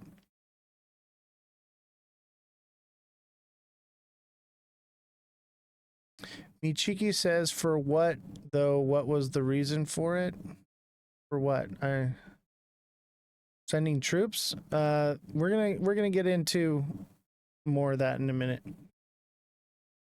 Is this derived from everyone that can during Biden Trump is rounding up to remove? It's more than that, man. They're deporting American citizens. That's the main thing. They're deporting American citizens, and it's a problem. People that have a right to be here are being removed. It's not just, what you see on the news. There's more to it. Yeah, there's no more due process. They're literally just showing up in unmarked vans, people in no uniforms, and just kidnapping people out of nowhere, removing people when they should. People who are trying to become U.S. citizens lawfully are showing up for their court dates and are being abducted before they can even go to court. Ichiki, this is our Constitution going up in flames because of Trump and MAGA. This is the red voters. It's both sides, Guinea. Both sides are feeding into their hand. It's all orchestrated. We listened to him. He said it. It's execute a blueprint. The protest, a crisis. But you're watching them execute a blueprint. The protests, the economic collapse, the instability, none of it is accidental. None of it is unpredictable. The economy's in free fall. Cities are erupting. Markets are breaking. People are protesting in the streets. And still, behind the curtain, they're calm. Because this isn't chaos to them. It's a controlled burn. The Constitution, a relic. Public systems, obsolete. Democracy, a formality. The new systems don't need a middle class. The new markets don't need freedom. The corporate class doesn't need voters. It needs obedience. It needs order. And it needs a new structure to guarantee both. The nostalgic America we once romanticized is over. This isn't collapse. This is extraction. They're not letting America fall. They're bringing it down, deliberately, strategically, on schedule. America has served its purpose. It built the capital. It trained the workers. It fed the machine.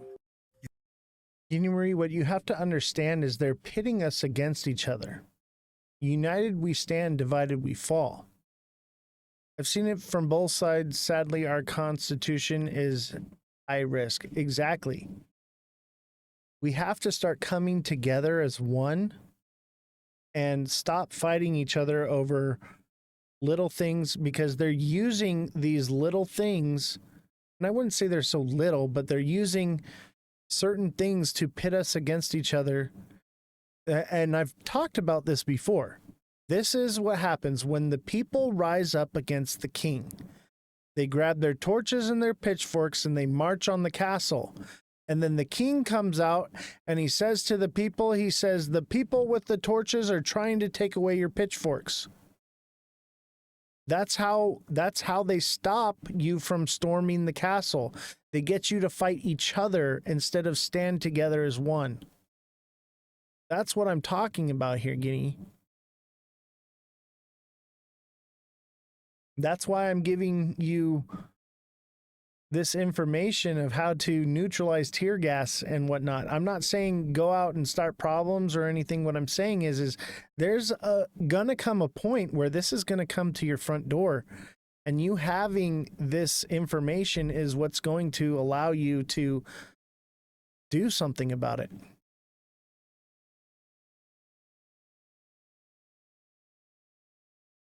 They've come into the U.S. via the right steps, or they jumped the queue, and then that's why they're targeted. But now human rights are being violated in their quest for hurting people. Agreed. That's exactly what's happening.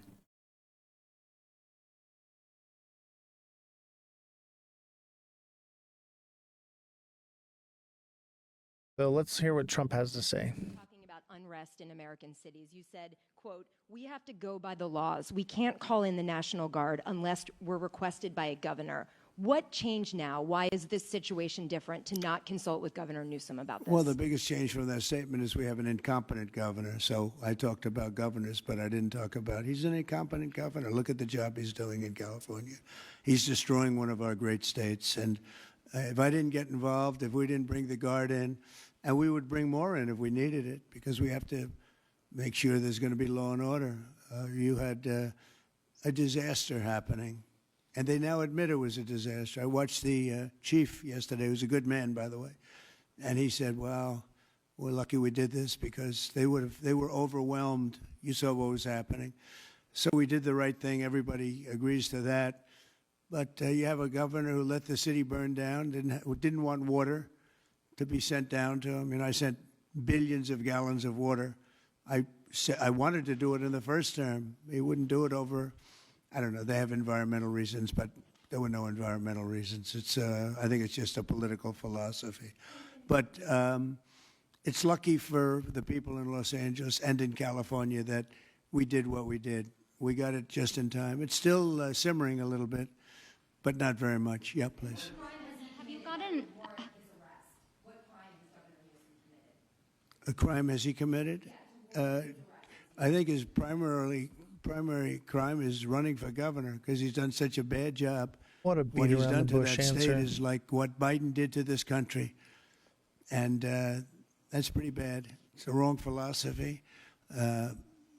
Thousands, hundreds of thousands of illegal immigrants, many of them prisoners. They're taking up your health care. They're taking up your space in schools. They're taking up your hospital. And in many cases, they're criminals. And we have to do something about it. And we're doing something about it. I want to thank the incredible patriots of ICE and Tom Homan, who has been incredible, and Kristi Noem, likewise incredible. The job they're doing. And it's like an unforced error. There was no reason for this. 21 million people were allowed into our country, and many of those people were criminals. And it's a shame. It's a shame. But we're getting them out. And I will say, I think it's a 95-5 issue, just like so many other issues, 95-5.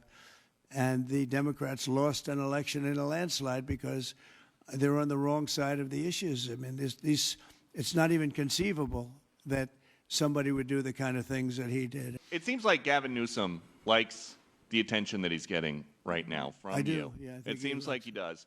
If you look at recent history, somebody who was running for president, you, who got arrested and had a mugshot, you could make the argument that politically that wound up helping you. Are you worried at all at this moment that talking about him getting arrested could be helpful to his political prospects? Because a lot of people think he wants to be sitting right where you are. Well, in my case, it was a witch hunt, and everybody knew it. And I was able to explain that during the process. Otherwise, I wouldn't be sitting here right now. And it was a total witch hunt. It's proven to be a witch hunt, and you see what's happened. In his case, it really is very obvious. You look at what's happened between the fires, I could name 10 things right now. We talk about the trains. We talk about all of the costs in California. You talk about all of the people that are flowing in, destroying life for everyone else. So no, I don't think it's going to help him. I think it's actually very bad for him. And right around the time that we were walking in here, the governor and the state attorney general said that they're going to sue you for sending the National Guard in. They're saying there's no invasion, there's no rebellion. The president is trying to manufacture chaos and crisis on the ground for his own political ends. Federalizing the California National Guard is an abuse of the president's authority under law. Well, you know, it's interesting. You watched the same clips as I did. Cars burning all over the place, people rioting. And by the way, we stopped it. We were able to make it much better, but it still looked pretty bad. And in watching clips last night, people were saying this is really a big problem. And until we went in, if we didn't do the job, that place would be burning down just like the houses burned down. They were in big trouble last night, Peter. You know it. And the night before, and the night before that. And I feel we had no choice. I don't want to see happen what happened so many times in this country. I watched Minneapolis burn. Look at what happened in so many different parts of California. You take a look at what happened in San Diego. There's so many different places where we let it burn. We want to be politically correct. We wanted to be nice. We want to be nice to the criminal. And what you're doing is destroying the fabric of our life in this country. No, we did the right thing. We've been given credit by people that I would least suspect. Why I would say that some of the people that came in and said, thank goodness, they said, some of them, thank God that Trump got involved. And I'm very happy I got involved. And I think Gavin, in his own way, is probably happy I got involved. talking about unrest in American cities. You said, quote, we have to go by the laws. We can't call in the National Guard unless we're requested by a governor. What changed now? Why is this situation different to not consult with Governor Newsom about this? Well, the biggest change from that statement is we have an incompetent governor. So I talked about governors, but I didn't talk about he's an incompetent governor. Look at the job he's doing in California. He's destroying one. You know, Do you think he's just mad because his wife laid a big old kiss on Governor Newsom's face and now he's just like, fuck California, all of them, I hate them? nah, I think it's I more. sent you the speech. I have it right here. Let's see here. Let's read the chat a little bit here.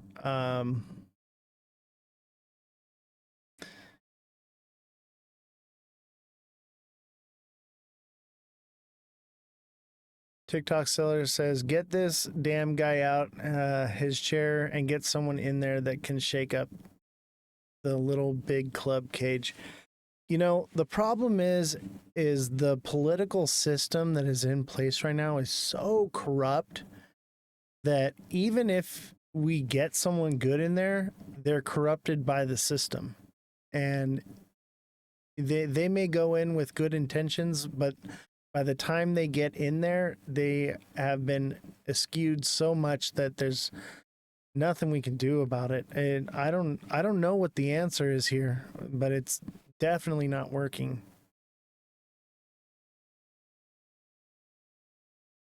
All right, let's hear what Gavin Newsom has to say. I begin today with a warning from the past. It was January 2nd, 1939, that anxious moment in history. The world was on edge as fascism spread its hate and destruction through Europe. On that day, California Governor Colbert Olson delivered an inaugural address to raise the alarm with lawmakers and the people of this great state. He spoke of California's most determined task in the face of quote-unquote destruction of democracy. At that moment, the state's highest calling was the preservation of our American civil liberties and democratic institutions. This year, we face another extraordinary moment in history for California, for the country, and the world. We are presented with a choice between a society that embraces our values and a world darkened by division and discrimination. The economic prosperity, health, safety, and freedom that we enjoy are under assault. Forces are threatening the very foundation of California's success, our pluralism, our innovative spirit, and our diversity. There's only one state in America with a dream, the California dream. It's a dream built on opportunity, a dream built on pushing boundaries and celebrating, not tolerating, diversity. That dream propelled us to the front of the pack to be the 5th largest economy in the world. Our values and our way of life are the antidote to the poisonous populism of the right and the fear and anxiety that so many people are feeling today. People across the globe look to California to see what's possible. Now we can live together and advance together and prosper together across every conceivable and imaginable difference. Don't worry, we'll get you out of the rat race. We recognize is under attack. For conservatives and delusional California bashers, their success depends on our failure. They want to impeach the very things that have made us successful as a tactic to turn America towards a darker future. They do so in the name of quote-unquote liberty and freedom. They want to roll back at the same time social progress, social justice, racial justice, economic justice, clean air, clean water, and basic fundamental fairness. They would cleave America from the principles of freedom and the rule of law. And in the process, throw our economy and in many respects society as we know it into chaos. With California, we won't bend. We are a success story exactly because of our universality and our extraordinary diversity. And because he's got American Psycho vibes for sure. Championing women's rights and LGBTQ rights, protecting the environment, expanding civil rights. We see this. There's only one thing I don't like about him. Freedom, but as their fulfillment. He killed like hundreds of thousands of people. Those bent on putting America on a darker course choose chaos over stability at every turn. For our detractors, the distorted prism of political pandering means cutting healthcare benefits and telling a woman she's not in charge of her own body. When it comes to reproductive rights, their lies are designed to control. Their draconian policies are driving women to flee across state lines as fugitives from laws written by men more than 100 years ago. Some even go so far as to force victims of assault to give birth to their rapist babies. As extreme politicians in other states take away women's rights, California stands as a beacon of self-determination. Together with this legislature, we pass some of the strongest laws in the nation protecting women's health. Thanks to Senator Nancy Skinner and Tony Atkins and Lieutenant Governor Lainey Gounalakis, we've stood firm against radical lawmakers who would criminalize women in other states. And with your help, we are protecting women, Medi-Cal providers, doctors, healthcare facilities from the forces of darkness in this country. We will never turn our backs on women or threaten their freedom to travel. When it comes to the southern border with Mexico, California's proven time and time again that it's willing to tackle the hardest problems. But Republicans in Congress choose cynicism and the dangerous path of chaos instead of doing their job to help us secure the border. Think of this. For all their talk of securing the border, they rejected over and over and over again the opportunity to add thousands of new border agents and new immigration dredges, as well as personnel and hundreds of millions of dollars to support local communities near the border. And for what? Pure, unadulterated partisan politics. When they speak about immigrants poisoning American blood and mass deportations and detention camps, this is the language of destruction of 1939, when Governor Olson issued his warning. California is home to the busiest land port in the Western Hemisphere, and we've addressed the problems at the border with resolve. We also addressed it with resources, not plain politics. I'll give you an example. The vast majority of fentanyl seized at the border we know comes through ports of entry, and that's exactly why we've deployed the National Guard to stop the flow of this deadly drug into our state and the impact it has across the United States, allowing Border Patrol agents to do their job. These operations resulted in the seizure of over 62,000 pounds of fentanyl in 2023, a 1,066% increase since 2021. In the first 5 months just of this year alone, counter-drug operations have led to the seizure of some estimated 5.8 million pills containing fentanyl statewide. At the same time, California has proudly provided humanitarian assistance and temporary shelter to migrants and their families along the border communities, easing the burden to local cities. Unfortunately, California has largely had to go this alone, again, because Republicans in Congress, when presented with an opportunity to assist border states, have turned their back. They've chosen politics, chosen inertia, and they've advanced pure political pandering. When it comes to America's homeless problem, California's detractors have similarly offered nothing but rhetoric, moaning and casting blame. No state, by the way, has done more as California addressing this pernicious problem of homelessness plaguing cities and towns, not just across the state of California, but increasingly across the United States. Too many politicians for too long have ignored this problem. Let me remind you, just as an example, when I got here in 2019, there was no state homeless strategy, no state homeless plan. There was no significant investment. Sure, there was a $500 million contribution one time made to local government, but there was no expectation of anything in return, accountability. There was no demonstrable results expected. When I came into office, we wanted to change that paradigm. That's why I presented a state of the state exclusively on the issue of homelessness and mental health. This was my commitment to California. We would no longer ignore this most pressing and distressing problem. Since then, by the way, we've cleared out over 9,300 dangerous encampments, and we're helping tens of thousands of people move from tents and freeway underpasses to shelter or housing. Our innovative Home Key program has revitalized former motels, hotels, and apartments, and provided more than 15,300 units of housing. Combined with Project Room Key, California has now provided shelter for more than 71,000 people. While the causes of homelessness are indeed complex, the solution is rather simple: housing and supportive services. Housing and supportive services. That's why we've focused our reforms specifically to address the housing needs as it relates to reforming CEQA. I've signed now 32 CEQA reforms to build more housing faster, at the same time creating more accountability by establishing a housing accountability unit to hold cities and counties accountable to following the law. Here are the results. Just in the last year or two, we've seen some 442 actions against local government, including lawsuits to compel them to follow the law. The success of accountability in the housing space is why we're adding I think you're right, me cheeky. I have my reservations on him. To account for how they spend I think he wants to do the right thing, but politics is a nasty, nasty game. Living outdoors, so long as people are suffering from bipolar disorder, schizophrenia, paranoia, self-medicating with drug or alcohol addictions, our work clearly is not done. Most importantly, though, we have created a mosaic of extraordinarily transformative and impactful mental health reforms. Starting with a new paradigm of thinking, CareCourt, a nation-leading effort that provides treatment and housing for people with the most serious, untreated mental health challenges. This is critical to help exhausted and financially stressed families that have been trying to help relatives, loved ones stuck in the dark in unimaginable pain, suffering so often alone. Thanks to Susan Eggman, Tom Umberg, this program is moving out of the pilot phase and will be up and running in every county in the state of California by the end of this year. We also took on the difficult and politically fraught task of conservatorship reform. How many decades have we been discussing the issue of conservatorship reform, saying it was necessary but increasingly impossible to achieve? Well, we achieved it. Now, for the first time, we're helping to find meaningful solutions for families with relatives suffering from acute mental health and substance abuse disorders. Perhaps the steepest hill to climb was tackling the changes that were necessary as well, the Mental Health Services Act. This year, we made a dramatic shift to focus the law on those struggling the most, to shift resources to housing and supportive services. This is the biggest effort in our lifetime to combat substance abuse and mental health as well. And this is a future that was advanced because of all of you. Proposition 1. It's the future that you provide us. With the support of the California voters, we were able now to build over 11,000 new beds and housing units for those with the most challenging mental illness. And we're requiring counties and cities and state to focus existing money on housing and treatment for the toughest cases. And critically, we're guaranteeing a portion of those homes will go to veterans living on the streets, many of them suffering from PTSD. All of this while never compromising on our nation-leading efforts to improve youth mental health with more school-based health professionals, new mobile apps, and platforms like Saluna to engage more kids earlier in prevention and screening. Think about a world in which we did nothing about this crisis, when we fell prey to the cynicism, negativity, and the rhetoric, and just rolled over and said it was simply unfixable. The same, by the way, is true of the red state approach to crime. They couldn't be more divorced from reality. Their entire crime agenda narrative is about diversion and distraction. They create fear and division. Meanwhile, people are gunned down at higher rates in Republican states than in Democratic states. Eight of the 10 most violent murder states in America are red states. Even cities like Jacksonville and Memphis have significantly higher homicide rates than cities like San Francisco and Los Angeles. But that's not what you hear. Instead, you hear wall-to-wall right-wing media coverage about lawless blue cities and blue states. In fact, California's violent crime rate is about half of what it was in the 1990s, 1992. A lower homicide rate now than 29 other states, including Florida and Texas. And property crimes, for example, in San Francisco is down 32%. In Oakland, with the California Highway Patrol in partnership with local law enforcement, we've seen a remarkable decline, 33% in crime. This is because in California, we take public safety seriously. We take it as a problem to solve, not just a flog on cable news. We didn't wake up to this yesterday. Beginning in 2019, we funded local police and prosecutors specifically to go after retail theft. Not by defunding the police, but by recruiting, among other things, 1,000 CHP officers. But we're not satisfied until we get the job done. And to do that, I recognize we need to do more to clarify existing laws. And while it's true that California has some of the toughest felony theft thresholds in the nation, we need to do more to go after professional theft rings more forcefully. We look forward to advancing this package of reforms this year. Our work on public safety also means we protect the victims of domestic violence with expanded restraining orders. We've cracked down on ghost guns. We've gone toe-to-toe with the gun lobby and ideological judges who advance their agenda. And we won't stop fighting because protecting Californians is our most important job. 30 years ago, California's gun homicide rate was 50% above the national average. Now, today, it's 33% below the national average. That's because of our gun safety laws. And red states' refusal to follow California's lead has led to catastrophic impacts. Let's put it this way. If every state in America had California's gun death rate over the past decade, 140,000 Americans would be alive today. That's the cost of fealty to the ideological agenda by the National Rifle Association. 140,000 brothers and sisters and sons and daughters, mothers and fathers would be alive today. Yeah, that's the whole point of this HG Malicious. We need to normalize not hating each other because we have a difference of opinions. And the lobbyists tell them to do. That's not the approach we take in California. But we're facing unprecedented challenges. Not a word, not a single word from them about the Supreme Court's perversion of the Second Amendment that allows, for example, machine guns and weapons of war to proliferate on the streets of America. It's a sickness. Just a week ago, as a proof point, Republicans in the United States Senate refused to even outlaw bump stocks, the same so-called accessory that a gunman in Las Vegas used to kill 60 people, wound over 400, and dislodge over 1,000 rounds in just 11 minutes. That's why their states, with respect, are less safe. Catering to big business and the rich is also why red states tax their lowest earners. Yeah, far freedom more of than California speech. does. Those red states punish you while you're struggling, but give you a free pass when you're wealthy. Here's the truth. Republicans will never tell you. California's not a high-tax state. Conservative states, this is a fact, conservative states tax their poorest residents, people struggling with 2 jobs, hospital bills, and childcare at a higher rate than we tax our wealthiest residents. You pay higher percentage of taxes. I'm going to stop this here.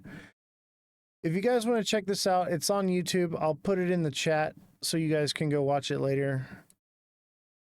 It's a little bit longer than I thought it was going to be. So if you want to check it out, check DMs when you end the live said news on Discord. Copy that. So let's see here. Let's watch a little bit of footage of what's going on here in California. There have been multiple raids by ICE agents today in Southern California around the LA area. You had ICE show up to Home Depots where they target day laborers. This is one of a few protests that are going on. It started at the Home Depot in Paramount, California, which is a little over 10 miles southeast of downtown Los Angeles. People are throwing projectiles. They've shot fireworks at the Sheriff's Department here. The Sheriff's Department firing flashbangs, as you can fucking hear. They were shooting tear gas into the crowd, shooting people with rubber bullets. Keep on getting whiffs of tear gas, which is a brand new experience. During the time I am here, this is all taking place next to a strip mall, and some of those businesses are currently open. People are hiding in the shops here, peering out, wondering what's going to happen next. There are helicopters everywhere. The Home Depot from where we are is probably about a quarter of a mile away. And since this morning after the protests started, the Sheriff's Department, they've been driving the protesters slowly down the street. I don't know what the goal is here, but the Sheriff's Department keeps on pushing back the protesters block by block by block. And I'm not really sure what their objective is because you're just moving them blocks and they're not dispersing. I've been here for about 2 hours. They're not doing to keep anything. on They're shooting just causing people, disruption. tear-gassing people. The crowd is not subsided at all. And after I filmed this on Saturday, President Trump called for 2,000 National Guard troops to be deployed to Los Angeles to address the lawlessness that has been allowed. The faster, more to come. And then why Trump sending National Guard to LA is different from deployment in 1992. I'm not going to read this because we're running low on time, but I'll put it in the chat so that you guys can check it out.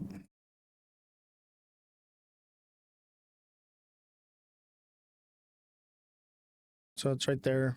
But basically, there's some underlying differences. Here's the video of the has now rapidly deteriorated. The LAPD moving in on horseback, firing rubber bullets at protesters, moving them on through the heart of LA. You just shut the You okay? They shot the reporter. What we're seeing in LA is chaos caused by the administration. People should exercise their right to protest. That's their First Amendment right. But people should also exercise that right peacefully. We do not want to play into the administration's hands. When you raid Home Depot and workplaces, when you tear parents and children apart, and when you run armored caravans through our streets, you cause fear and you cause panic. And deploying federalized troops is a dangerous escalation, but we need to be real about this. This is about another agenda. It's not about public safety. There's clearly no plan, and there is clearly no policy.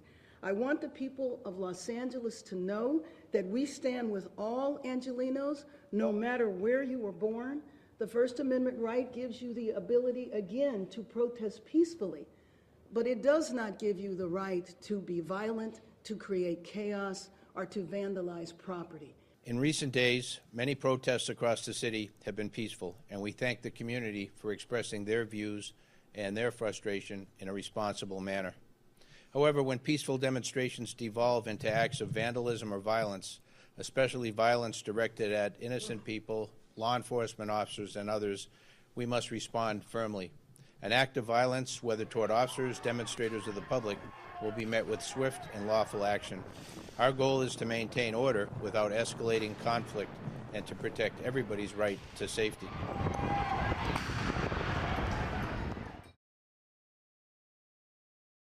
So you heard it. There have been peaceful protests and there have been non-peaceful protests. It's a bit of both. President Donald Trump has mobilized more than 700 Marines.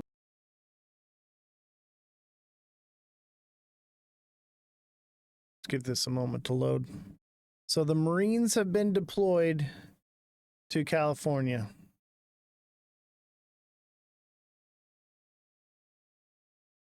Are headed to L.A. President Donald Trump has mobilized more than 700 Marines based in California to come to Los Angeles following days of protests. Protests kicked off after recent immigration enforcement actions by the Trump administration. Some of those protests at times have turned violent. We've seen vandalism. There's video of some demonstrators lobbing projectiles at police officers who then respond with tear gas and rubber bullets. This all, of course, comes after Donald Trump has called up about 2,000 National Guard members here in California without the permission of state officials. In fact, we've heard from local authorities. They believe the military on the streets of L.A. will only serve as a provocation. If these random raids were going to happen, then there was going to be the danger of a backlash. And you add on to that the National Guard, and it felt like fuel for a fire that was unnecessary. Now, as far as what those Marines will be doing here, it's still unclear. They could augment those National Guard troops at federal buildings, serving as force protection, working perimeters, and the like. Of course, one thing we're waiting to see is whether President Donald Trump will actually invoke the Insurrection Act. That could actually give those troops additional authorities to conduct law enforcement responsibilities, including making arrests. What the world can... It's getting bad. Curfew underway for parts of downtown Los Angeles.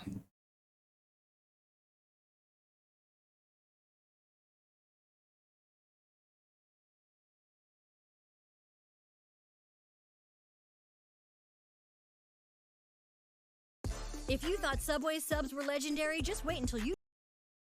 Me Cheeky says, hey man, just off topic, which is actually off the topic. We're funny enough, but about crypto. Yeah, what's up, man? We're actually done, and we're going to do a little bit of TA right now. What is your crypto question? What is your question? Let's look at the 1 hour on this. Oh, yeah. XRP is coming back down. It looked like it could have been a bull flag at first, but now what I'm seeing is an ascending. Let me see, is it broadening? Seeing an ascending channel. That's a bearish move right there. Pre-sell on what? I forget, man. Honestly, I get a lot of messages. So I do apologize. Sometimes some of them slip through the cracks. That's why you got to stay engaged with me, and because sometimes you'll turn me on to something, I'll look it up. I get distracted. I get a lot going on. So tell me which one it is, and I'll tell you if I found anything on it. Think I remember what you were talking about. Yeah, I was in Vegas. Yeah, you know, what happens in Vegas stays in Vegas. So you got to remind me, man. You got to remind me. I apologize. Basically, any messages I got while I was in Vegas, like if you didn't follow up with me after, like, I don't remember. Vegas was crazy. We had fun though. I think XRP is probably going to pump to 235 though, but it'd be done after that.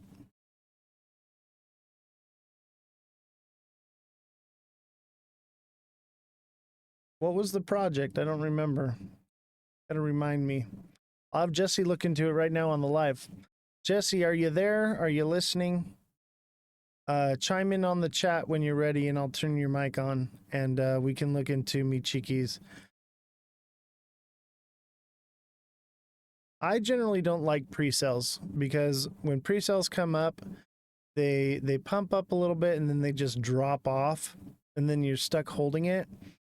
I like them to hit the market, find the bottom, and then buy into them. But Mi Chiqui, you got to tell me what the project is so that we can look it up for you right now and find any information on it. Because I can't remember which one it is, and I can't pull it up in the live in my chat. So if you just throw it in the chat, I'll look it up real quick, and we can do a little TA on it, no TA yet. It hasn't dropped yet. You send it in the chat. I can't look at my messages while we're in the chat.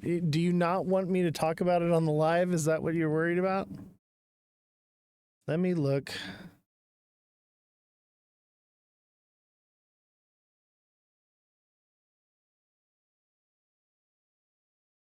You got to remember, I get like thousands of messages.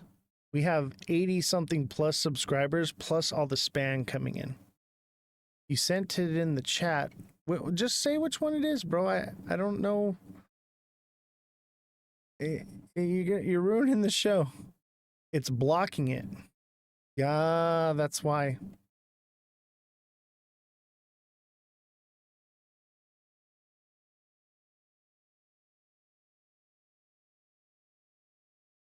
Unstacked com. Jesse, can you look into unstaked com? But in one word. Unstaked com. Can you look into that? That's why it wasn't working. It was yeah, it keeps blocking it. That's weird. That's a red flag right there. Unstaked com. You got that, Jesse? I'll turn your mic on, and as soon as you say you're ready. But as far as like XRP goes, the market goes, I think everything's going to move up just a little bit more. Well, the fact that you can't say it in the chat, that's a red flag to me. All right, Jesse, I'm going to turn you on if you're ready, or are you still looking into it?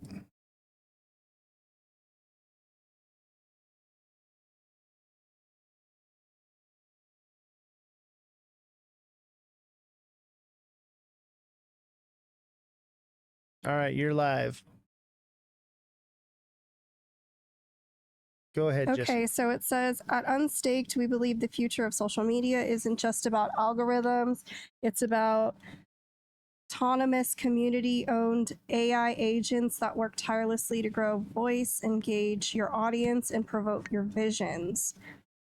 Social media is broken. We're here to fix it. AI accessibility, fair launches. So this is just a new company. Is there a coin or a project you can invest into? Part of the future of DeFi, participant in the UNSD top crypto presale today, and unlock the potential of AI-powered yield optimization. When does it launch?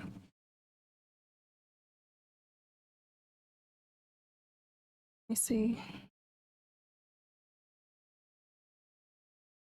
And do you have a launch price?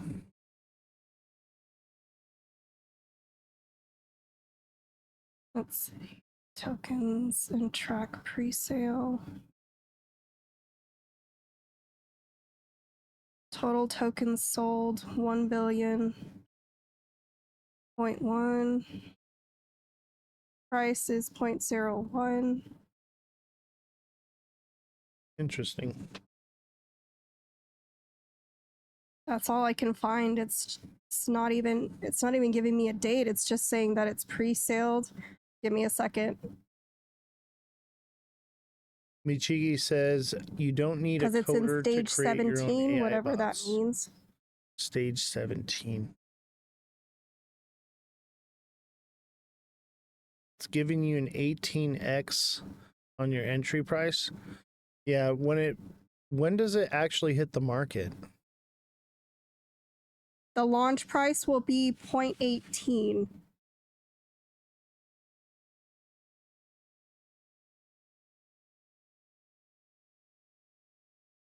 This is weird.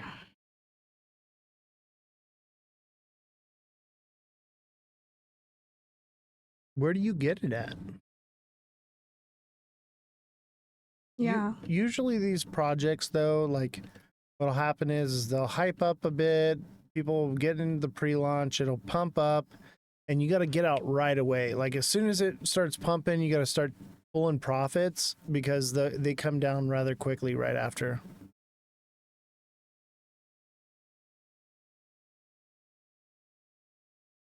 So what I would assume is that as soon as it hits the market, it's going to start pumping.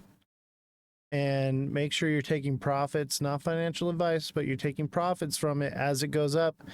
And once it seems like it's going down, maybe get out and look for a re-entry on it, because that's what those are. Those pre-launches are a pump and dump.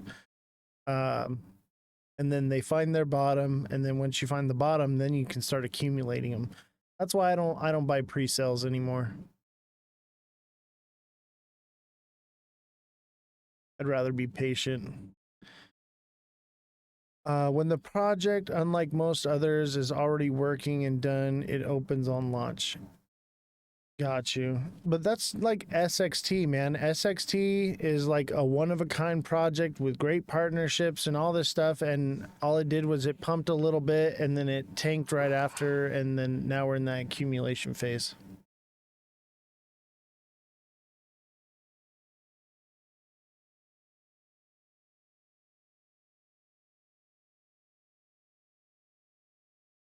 Does anybody have any more TA questions? Because we're at about 9 o'clock. Yeah, it's 9 o'clock. I think we're going to call it a night. Thank you, everyone, for joining the show. We'll see you tomorrow live at 5 p.m. Pacific Standard Time. We are live Monday through Friday. Obviously, we did not go live yesterday because we were live over the weekends and working on the Dead Daddy case. So thank you guys for being understanding, and we'll see you tomorrow. Have a good night.